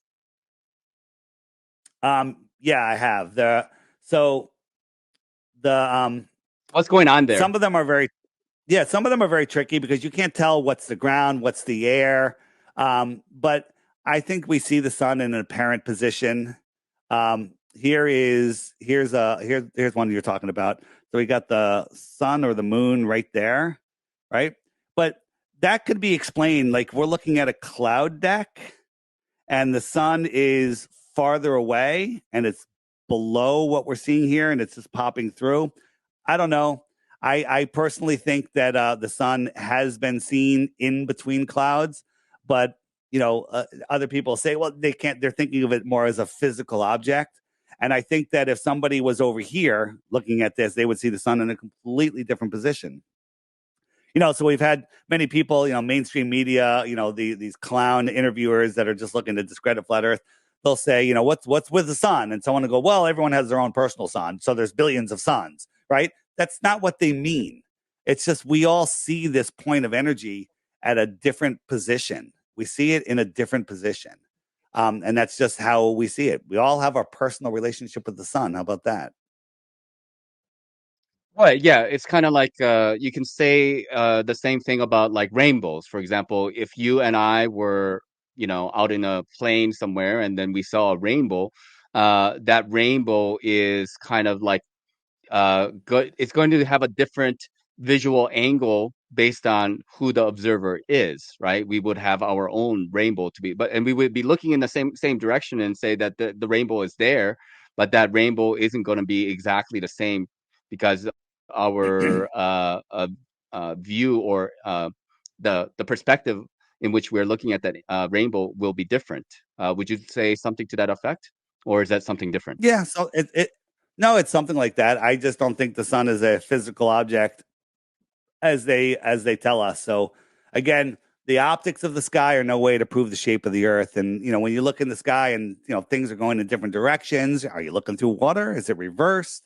What are we seeing? Maybe it's something that we'll never understand. But you can easily prove this isn't a 93 million mile away moon right there. It's something else. Okay. Yeah. What about gravity? How would you explain gravity? Are objects falling to the ground, or is the ground meeting up to the object? Do you have any thoughts on this? Well, in my opinion, the Earth does not move at all, and and and things fall because of buoyancy and density, right? Buoyancy and density, right? Flat earthers are crazy because everything we say down is down, but ballers say this. No, everything goes to the center, right? Which is stupid, And if you look at the three body problem, um, the gravitational model for planets makes no sense because it would never be a repeating perfect pattern. It's totally impossible, according to um, their model. I mean, we have all these planetary alignments. How come things don't pull on each other, right? This is how I think it works. The sun and the moon are the anode and the cathode. The salt water carries a current. The land is a salt bridge. And we live in this electrical system. The earth has a neutral or negative charge, and anything above it is positively charged. And it says down is this way. It's a very weak force. And then buoyancy and density do everything else, right? Now, people don't like this answer. Some of my critics, which I couldn't give a crap. But if I drop this, why doesn't it go that way or that way or that way, right? And the answer is because there's an electrostatic flow downwards, testable, provable, right? And it could be manipulated. Everyone's seen me with the tinfoil triangle and the balloons, and we can make things go up or down depending on what charge we put into them, right? But if I snap my fingers right now and the entire Earth disappeared, if I let this go, which way would it go? How would it know which way is down?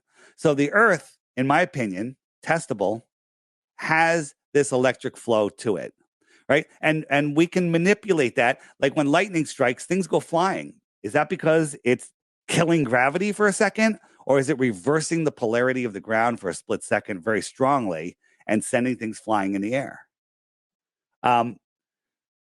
So that's my opinion on gravity, right? Buoyancy and density sort Yeah, everything okay, but else like, out. okay, so everything is kind of explainable through buoyancy and density, and some people call it the incoherent dielectric acceleration. Do you believe that is the Yep. case? That sounds pretty good to me. But we can manipulate gravity, right? We can change it. We can make things go up and down, right? So if we're able to do that, that's something that we can, manipulate. So I'll just show real quick. You've seen this, right? This we got the balloons here, and this thing is just neutrally floating above the ground a couple of inches, and then we add a positive charge to it. And as we add the positive charge, so we're changing the variable and it goes down. Positive charge, it goes down. Did we change gravity or did we change this electrical charge? We discharge it and it goes up, right? Discharge, it goes up. And this one, negative charge, it goes up. Turn it off, it goes down. Negative charge again, it goes up. Keep the charge in there, it stays up, right? So what are we doing? We're manipulating the electric charge. This is MIT's silent drone, right?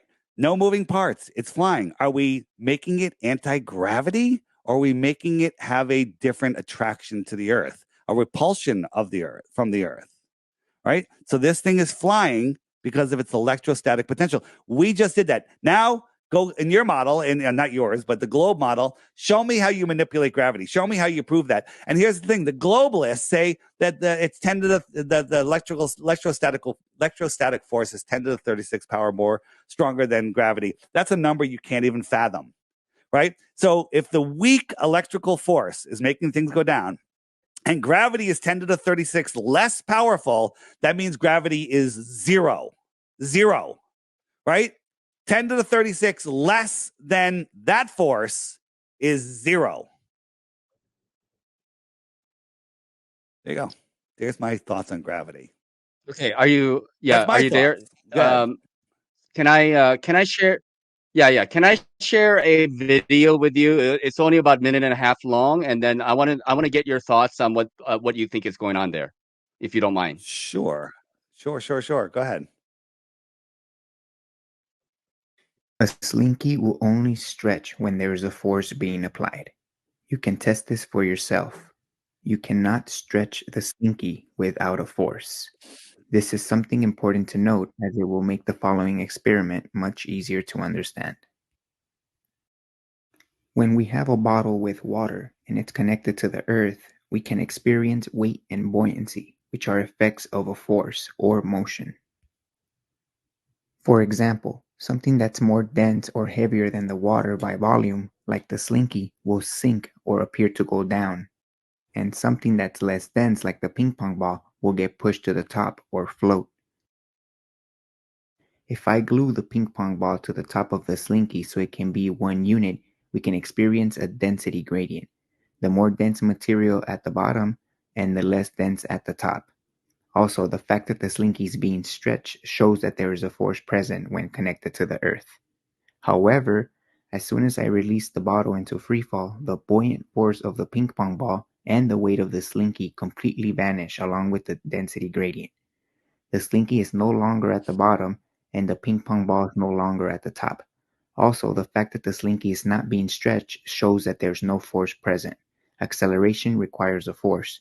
No force in freefall equals no acceleration in freefall. Okay, what are your thoughts on that video? Do you have any opinions? My thoughts on that is that you're moving it through the electro the great the electrostatic flow, and it's changing the changing how it behaves. I mean, that I believe he believes that the Earth is rising at 9.82 meters per second, right? If that was the case, wouldn't it have to keep accelerating to create their gravity? And then the Earth rising at constantly rising, does that mean the stars are rising with us? That we live in a dome, the whole thing is rising? Where's it going? What's making it rise? I mean, there's too many questions there. And then if you go biblically, the Earth Well, does I not mean, move. okay, okay. I mean that like I I'm not even asking about whether the Earth is rising or not, but why do you think that there is no show of buoyancy? Like you can see that the slinky and the ping pong is showing a density gradient, right? Like the heavier material is sinking to the bottom, right? And then the ping pong ball is still floating on top of the water, correct? Right? When you are holding that up. But when he lets go, when William lets go of the Yep. bottle, then the slinky and the ping pong ball goes right into the middle. Like split second, soon as he lets go, Yeah. it goes right into the middle. What?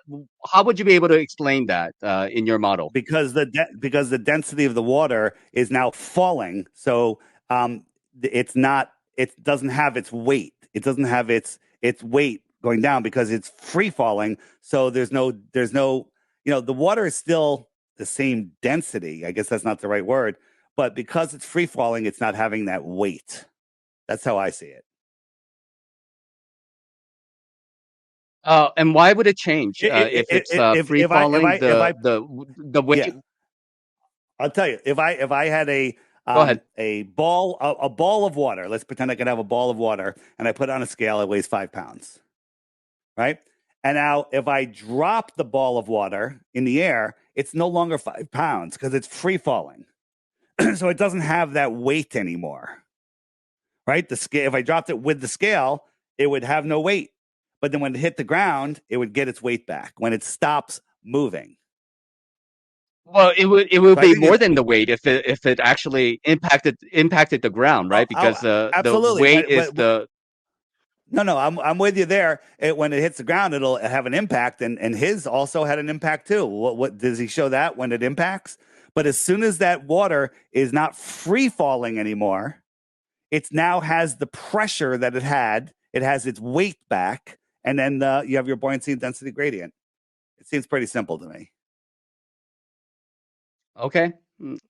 I still ponder about how that is possible myself, but we can move on to another topic. Let's continue on with the final experiment, if you are okay with that. Would you like to talk about the final experiment? Sure. So let me ask you a question. Will came out of nowhere, right? He's a pastor, right? And if you know anything about, psyops, they put people in positions that are the opposite of what they're actually doing. Priests are doing unimaginable things, right? You have, the CPS doing exactly what they're supposed to be preventing. And I don't know about Will, but he says that he's going to send one Glober and one flat earther and himself to Antarctica. But then Jaron and Austin said they don't want to go alone. So he says, okay, I'll send two of you, but then I can't go because my wife doesn't want me to spend that money. My wife, it's another $30 or $40,000, right? So, okay, that's interesting, So he's concerned about that. Now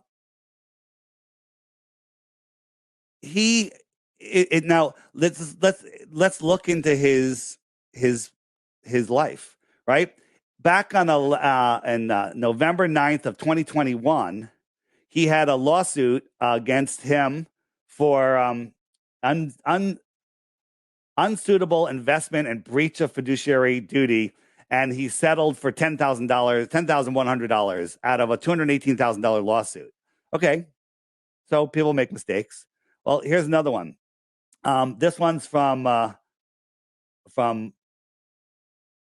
9/16/2022, not that long ago. Negligence, professional negligence, violations of law, unsuitable recommendations, breach of contract, breach of fiduciary duty, breach of securities laws and regulations, and he settled for $225,000 out of his own pocket. Ouch. Ouch. All right. Let's look at another one. This one's from 4/19/20 April of 2024, right? Breach of written contract, breach of fiduciary duty, failure to supervise, negligence and gross negligence, misrepresentations and omissions, violations, FINRA, that's the agency that's coming after him, violations of federal securities laws, violations of California, Colorado Securities Act, violations of the Investment Advisors Act, 1940, violations, regulation bill, whatever that says.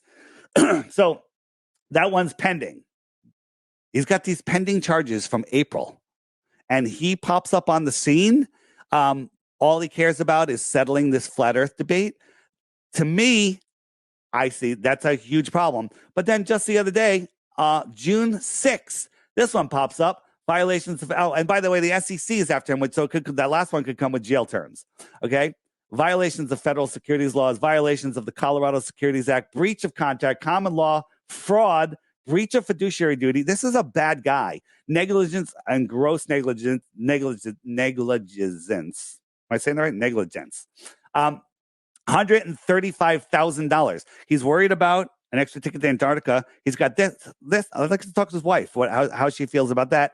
And then 6/11, unsuitable investments, violation of federal securities laws, fraud in other sales securities, fraud in connection with the purchase and sale securities, violations of the Colorado Securities Act, so Colorado's after him, violations, California's after him, unfair, lawful, and fraudulent business practices, misrepresentations and omissions of material fact, breach of contract, common law, fraud, breach of fiduciary duty, negligence, and gross negligence, $360,000. He's got $500,000 of fines and jail terms on his neck, but all he cares about is the final experiment, and he can't afford an extra ticket because that's going to break him, right?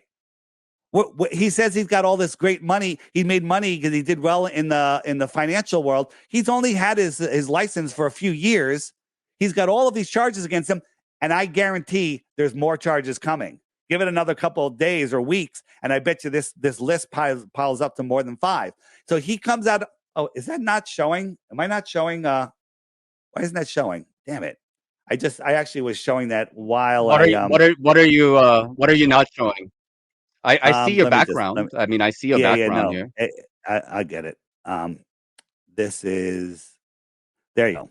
So I'll just go back a little bit here. So here is the first one. 200. He settled for $10,000, and then this one that I read to you. He paid $225,000 out of his own pocket. Right. This one is still pending. This one, $135,000 is what they're asking for, and then this one is $360,000. I just read those to you. So all of that is pending, and all he cares about is settling the flat Earth, globe Earth debate. Now, if you know anything about crisis actors, shills, like Bob the Science Guy, he had charges because he was a doctor. He was prescribing to women in trade for blowjobs, right? He was about to go to jail. Charges disappear on the scene. He's Bob the Science Guy. He's going to debunk flat Earth. What happened to those charges, right? Maybe speculation, I don't know, is doing some sort of deal to get out of this trouble, but they're piling on. Like this is just from this last in June, all right? So shouldn't he be putting all of his resources, all of his efforts into staying out of jail and paying his lawyer rather than sending some guys to Antarctica to look up at the sky to see a light that isn't going to prove anything, right? So the other thing is proving the sky, the light in the sky, if it goes around. Now, we know as flat earthers that the sun does not circle around. We've had, it's not, and also the final experiment, that is an obnoxious title. It's not a final experiment. It's not even an experiment, right? You want to really do something? Instead of freezing your ass off for 5 days trying to film the sun at midnight, why don't you just fly from Santiago around the edge of Antarctica and go over to Australia, right? Do that in 1 day. Why does he do that? Right? That would be interesting. And here's my prediction of what's going to happen, right? Now, people talk about the sun simulator and they're like, that's bullshit. I agree. I believe that the sun simulator that they showed us is not floating in the sky. But I do also believe with great certainty that they can project a bright light in the sky. Now, the sun, when it's low in the horizon, again, you're looking through all the atmosphere, there's always haze. There's always clouds, always. So the part where the sun has to go around behind them at midnight, it would be very, very low in the sky. And if it's behind clouds and they're projecting a bright light, and we all go, no, that doesn't look like the sun. It's bright. The sky is lit. We know it's lit because of the coffee cup caustic. We understand that because we've been looking into this for years. But the mainstream media will run flat earthers prove the globe and don't like the results because even though they filmed it themselves, the sky was lit. The sun was behind the clouds, but they say it's not the sun, that it was a fake sun, right? And that's true, but they're going to run with that worldwide and we'll have no say because the mainstream media, that's all they're going to carry. And they'll say flat earthers prove it, but deny the results. Then the day that they leave, William Shatner, the liar who went up to fake space, doing it for money, Neil deGrasse Tyson and Bill Nye will go there and they'll claim that they saw it also. Meanwhile, we've had people working in Antarctica for 6 months, better part of a year, that say they never saw the midnight sun.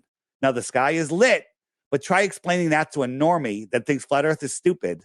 They won't understand how the sky could be lit on a flat earth with the sun on the other side of the world. They don't understand the optics of the sky. So the guy, just backing up, the guy's a complete and total fraud. And just the fact with all those charges against him and he's focused on this shows you he's up to no good. He's up to absolute no good. So when people say, Dave, why did you turn down a free trip to Antarctica? Because I'm not going there to freeze my ass off. I don't have the time to get away. I have plenty that I need to do here every single day. And I don't believe that any of that's true. Why would they fake a 24-hour sun in the videos that they fake them in, right? And just the other day, McToon McToon showed a video of the 24-hour sun. Let me show you which video he showed, and how stupid it is. It's absolutely insanely stupid. So let me just pull this up. Give me a second. You know what? I can do it right here. I'll do it right here. Go here. Antarctica 24-hour sun. Just pull this over. Where is it? 24-hour sun in Antarctica. Where is it?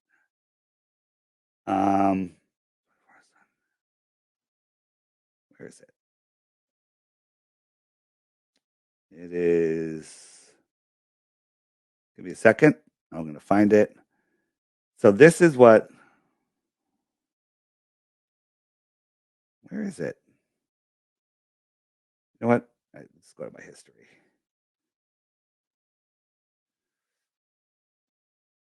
I think it's new history.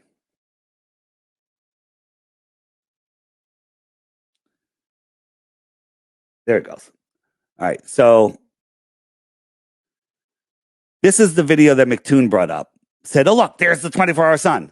I made this video. I added 2 more suns. All right. This is his proof. I don't get $80 million a day. I get 0. Right. I did this. So that's his proof. His proof is nonsense. But if they see a bright spot in the sky behind clouds, they are going to claim victory no matter what we say. Even if we agree ahead of time that if we don't see a crisp, clear sun, that if we don't see a crisp, clear sun, that it doesn't prove flat Earth. That's what they're going to run with. And you have to trust Will. You know, if he agrees, like, yeah, I'll agree that you know, that doesn't prove. They're going to run with that story. Why wouldn't they? Right now, think about this. We know that the globe lie is the most important lie that they have out there, right? Do you not think that they're going to lie? Do you not think that they're going to pull some shenanigans? And this guy, this fraud, this financial fraud that's in huge trouble, and you know, people say that he's a millionaire, he's a billionaire, whatever, and he kind of ran with that story. Meanwhile, he invites Joe Hill down there to debate McToon at his church, and they paid for Joe's hotel, but his credit card bounced. Okay, what's up with that? Right? Like, I think this guy is on the brink of disaster, of losing his entire life, and he is desperate. This is my opinion. To work his way out of this shenanigans that he's in, and he's full of it. So there you go. Okay. So, what are your suggestions for anybody who might be interested within the flat Earth side who is being offered a ticket to go to Yeah. Union Glacier Base down there? Like, would you suggest that nobody should go and Yeah, see, accept this free ticket? yeah. So they're trying to put us through between a rock and a hard place, where you know, if we don't go, then they're going to claim victory. Oh, flat earthers are afraid, you know, and they'll just be like, they're afraid. You know, we're just going to go, and we filmed it ourselves. But I think if if we go, it could be, you know, they could just take our video and say that we're denying reality, because a bright sun, a bright light behind the clouds with a lit sky, they'll claim victory. They don't care what we say. They'll claim victory. So I don't know the answer. I think that this guy Will should be called out for these charges against him, and people that see that, you know, that this is going on in his life, and all he's doing right now is talking about. He has to pay another $500,000 in fines. Well, you're rich. Just why don't you pay for that extra ticket? I think it's bullshit. I think that I think that we you know, when I first got his emails, when he was teasing it, I ignored the first one. Second one came. I said, what's this about? He goes, you're going to learn soon enough. I said, take me off your list. I want nothing to do with this. And then when I found out it was him, I said, I want nothing to do with him, because in my eyes, he's a demon. Think of his discernment. His buddy is McToon. Okay. We all know what McToon is, right? His good buddy is McToon. All right. That's his discernment. The guy has no discernment. He's a liar. He's a cheat. He's under serious allegations. He could be going to jail. He's paying millions of dollars in fines, and there's probably more coming. And all he cares about is settling this debate. Bullshit. He's a liar, a deceiver. And I believe that, my opinion is that this whole thing with Neil deGrasse going and William Shatner and Bill Nye, the day after they leave, why not, why, if they crossed over, if they're there without us, they can claim anything they want. That's another issue. And they're going to get special access to an area where they can fake some other. How hard is it to fake a video of them filming the sun down there? Maybe they'll film one with a really crisp, clear, sharp sun. Like, you should have stayed one more day. And another thing is, they're arriving on December 14th. The elite love that date.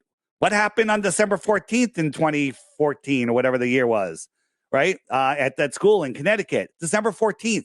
There's several things that have happened. It's one of their special days, like 9/11, right? So maybe that's just a coincidence.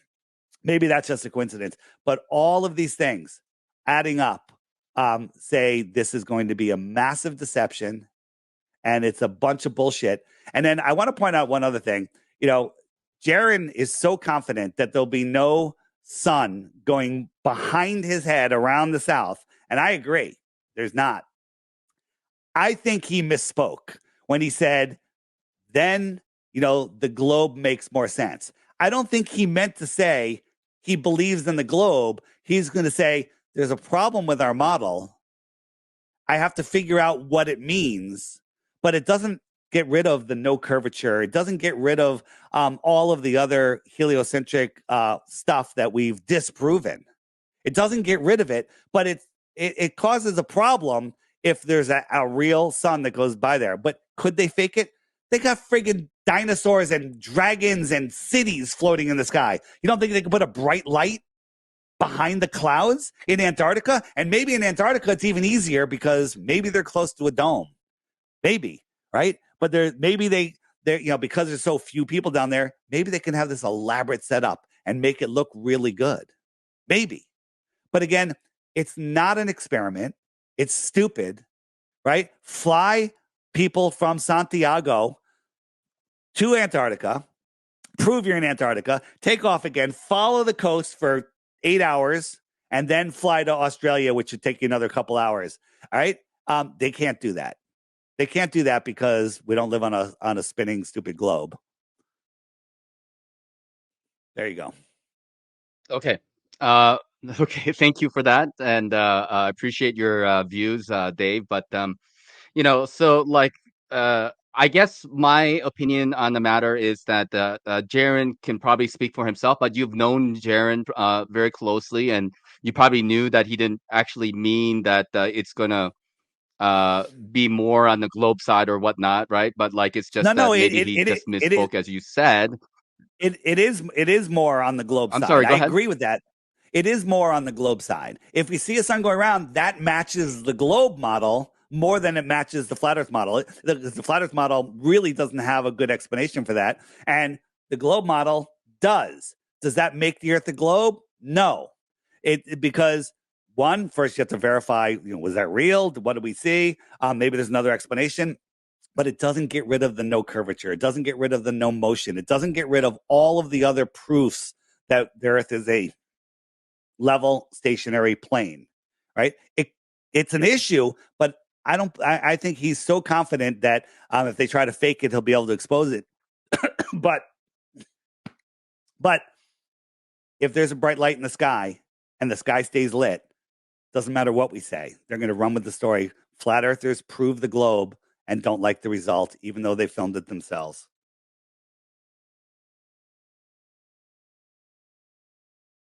Okay, but don't you think, Dave, that at this point, with all the hype around the final experiment and this conversation about Jaron and Witsit potentially going down to Antarctica, that to go is kind of damning, and to not to go is also equally damning, if not worse, right? Because then we're playing a game of chicken, right? And then they will claim, well, the flat earthers are not going to follow through with it because they're afraid to see the results, right? So, how do we navigate? Do you think, as a quote unquote flat Earth community, around this topic?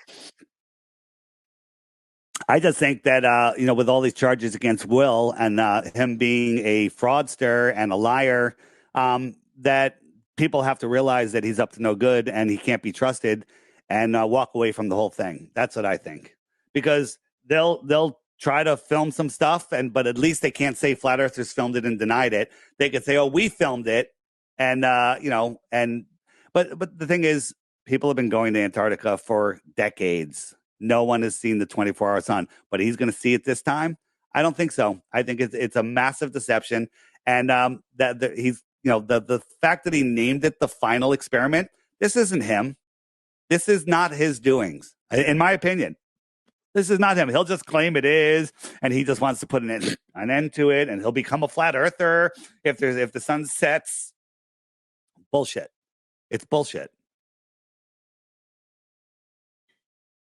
Okay, so I mean, you're friends with Jaren. Have you suggested to Jaren that he should not go, and Witsit as well? I mean, you definitely spoke to just about everybody within the flat Earth community who is anybody.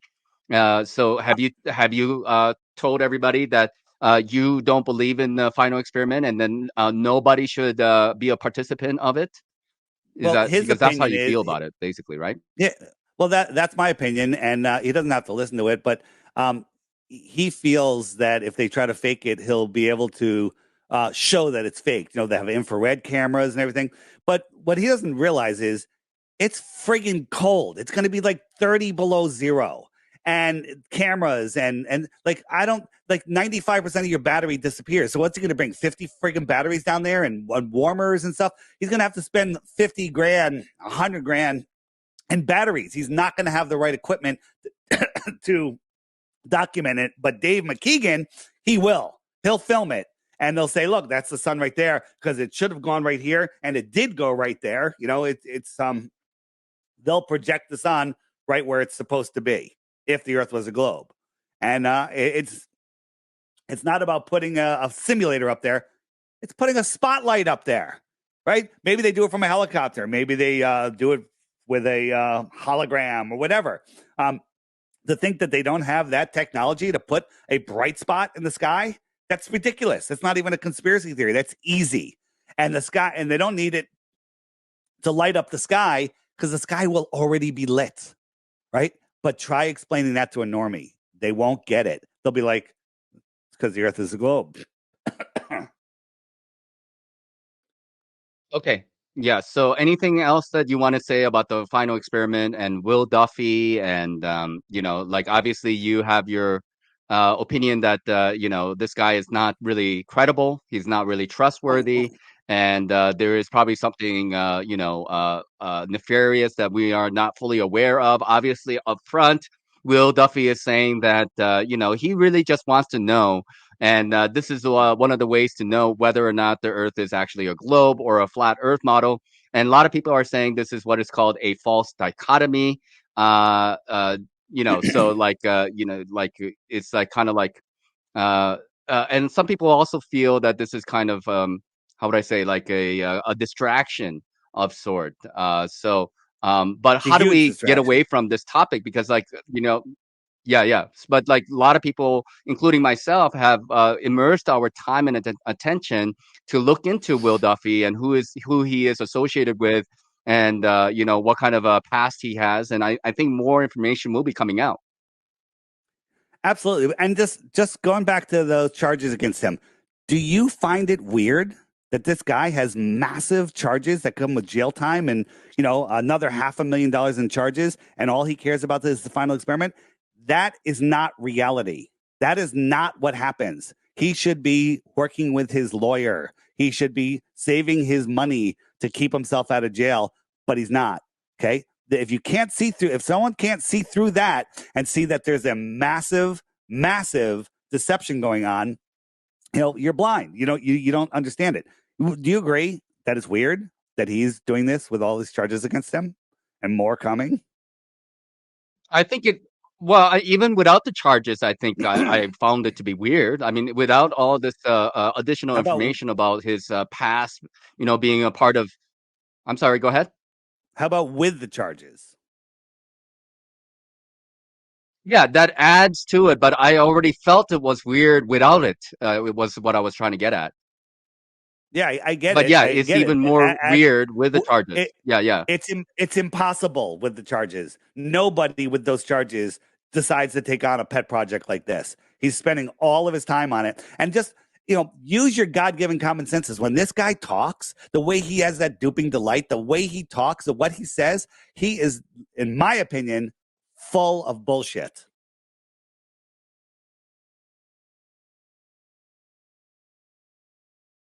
Okay. Yeah. I mean, I don't disagree. And, like, as you know, Dave, that this is a very big lie. And, like, I don't know exactly when it began, probably like early 1900s, 1800s. I don't know when they start to, because, like, I think I've heard cases of people being actually, because that one old lady that you interviewed long time ago who was like 100 years old or whatever, she remembers being taught about the flat earth cosmology at school when she was younger. Wasn't that correct? That is correct. Ruth, she it was that was in the 1930s, but we found people since then in the 1950s, early 60s. They were still teaching globe and flat because they didn't know, right? That's all of it changed, very much more recently than you believe. But we didn't have the internet back then, and when they changed the books, they changed the books, and that's what people believe. They were teaching both, or they weren't really even talking about it as much. But when the Rockefellers took over the school system in 1902 or wherever around there, um, that's when they started it, squeezing it in there. And there's so many articles, of people being sued, teachers being sued for teaching heliocentrism, and we just didn't have the communication that we have now. So it's way more recent than people realize. Yeah, yeah. So like I mean, would you say that the people at the very top, or some percentage of the people who is perpetuating this globe lie, must be aware that the Earth is flat, and they're lying deliberately, right? So I'm sure people have asked you, like, I mean, I imagine that is the case. Yes, Dave? Say that again. Sorry. Did you hear me? Yeah. So there must be people who are perpetuating the globe lie. Some of them must know the earth is actually flat, right? They must Sure. know that the earth is flat. They know the real actual mechanics of this realm, but they're lying. So what is the intention behind that? Why the lie? You've been asked this question. So how would you answer that question? Well, I mean, for the people that are lying, they might be doing it for power, and maybe they know some resets coming, and they get a special position. Um, Power and no money.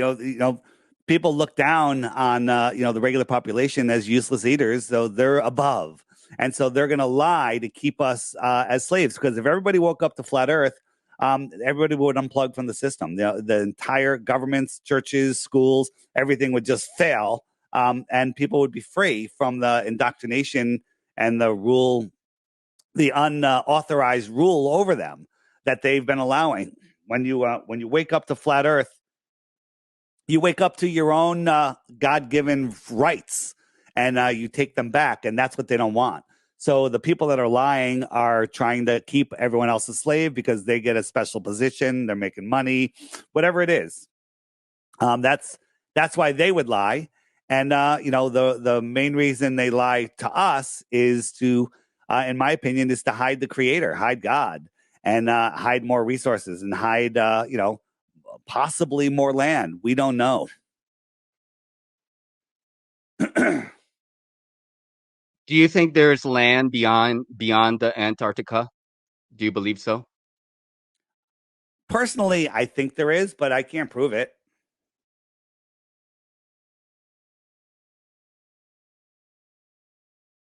Okay. Um, Yeah, so I guess that's all really there's to say about the final experiment. But obviously, we still have like 5 months yet because it happens in December, and I think Jaren is still serious about going. I don't know what Witz's position is. I'm sure they will make an announcement. I don't know what the deadline is, and as far as like they have to decide by when. I don't know if the tickets are already bought or not. So I guess only Will Duffy knows in regards to all this. But I guess other people are also interested in going, like Alex Stein. Uh, Tim Pool is, I guess, going to be funding him to go. So who knows? Maybe more people will be going down there to find out what's going on, I imagine. Maybe. Okay, I know it's pushing 2 hours, but I do want to get some thoughts on spirituality and about God, and then maybe we can end the conversation there. I know you have a busy schedule, and I really appreciate you spending the time with me to answer these questions. So, thank you again, Dave. Yeah, no worries. So, what are your thoughts about spirituality? Do you have any practice? Do you follow any kind of a religion? So when you say religion, spirituality, I have my personal relationship with the Creator. I don't call it a religion. I just call it my relationship with the Creator. I'm part of this big system, and I understand the power of thought, the power of prayer, and I mean, I guess that's very spiritual. And I also believe that if everyone's good to the person to their left and also good to the person to their right and the person in front of them and the person behind them, the world will be a better place. But there are people that are lost and don't have any spirituality that claim that they're Christians, that claim that they're spiritual, whatever, and they actually do a lot of shitty things. I just try to do the best that I can. I have purpose. My purpose here is to wake up anybody that wants to wake up. I get messages from people all the time. You woke me up. I thought it was stupid. Somebody just wrote in the chat they're getting divorced, probably because their spouse won't wake up. And you know, I think that this world is being hidden from us, and they're pitting us against each other. I don't think that there's systemic racism. I think it's all made up. I've really never experienced racism anywhere, and except some NPCs that are just follow the news and like, oh, I hate Jews, I hate black people, whatever it is. It's just because they're stupid, but you just ignore them, and you know they say birds of a feather flock together. People who think alike are attracted. People who have the ability to discern and the ability to appreciate and the ability to love. This world is made out of love, right? People love dogs because dogs show unconditional love, right? The fact that dog backwards is God is just a coincidence, right? Um, it's this world is an absolute amazing place. We have an amazing future if people would just you know do the best that they can. If someone's not doing doing the opposite of what you like, great. Now you know what you need to do. You don't need to attack them. You need to set a better example. Do the opposite. I don't like something that's over there, so I'm going to do something over here rather than attack that person. I'm going to do the best that I can over here and set a good example. And there's so many people that do that, but there's a lot of people that just get caught up in the emotions and the accusations, right? Uh, I think Jaron is a good friend of mine. At least he is to me. Hopefully, I am to him. And I think there's not a dishonest bone in his body, and that there's so many people that could help him, but instead, a lot of people are attacking him. For trying to sort this thing out. But the whole thing with Will Duffy, I just want to double back on that is um, he's a proven scammer, a liar, a securities fraud. He's this entire thing is a setup. Who set it up? Not him. All right. It's It involves NASA, right? This is the deception. He thinks he's going to convince the world that that the Earth is a globe with this experiment, and for it, he might get pardoned or whatever, or get great wealth or whatever it is. But he's certainly, if he does this and pulls it off, and it goes viral in the mainstream, which it will, he's going to be rewarded for that, in my opinion. So back to spirituality. I don't, that word, a lot of people say that's very new agey, very new agey. It's about understanding without a doubt, without any doubt.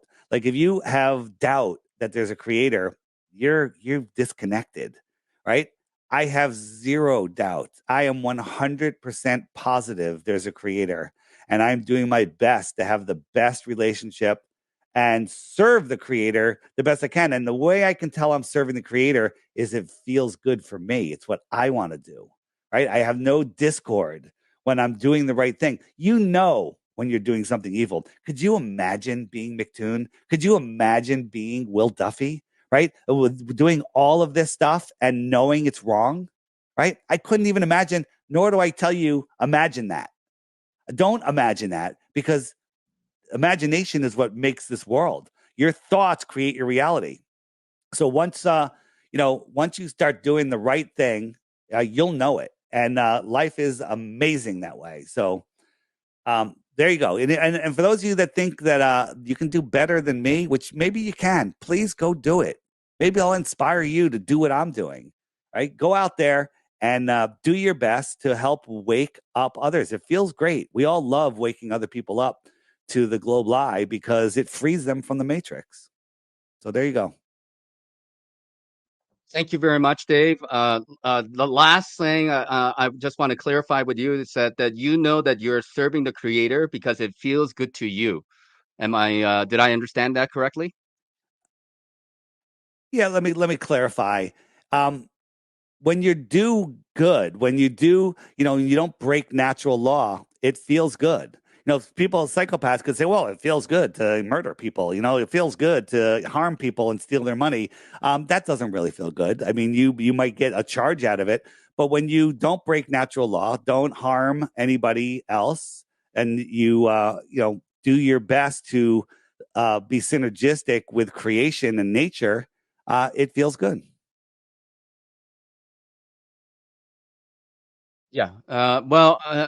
I think we don't have enough time to talk about natural law, anyways, because that's another whole topic about common law and legalese and such. But I really do appreciate you spending a couple hours. That's double the amount of time that I was actually expecting from you, Dave. And I hope you get better with your cold. And any last words before we call it a day? No, that's it. And if somebody hears something or suspects something, feel free to ask me. I'll get to it if I can. But I'm pretty much an open book. Okay. Well, I just want to let the audience know that I will be closing this StreamYard down, and I'm going to be opening up a new one, and I'm going to have an open panel for anybody who wants to come on up and have a conversation with me about the discussions that I had with Dave. So just be aware of that. But I will end this session with Dave, and thank you again, Dave, and I hope you get better, and good luck to you with everything that you do, and wish you all the best. I just have a little sore throat. I'm doing fine. So everybody have a great Fourth. Enjoy yourselves. Because we're free. Remember, we're free. Um, it's it's kind of funny, but enjoy your weekend, everybody.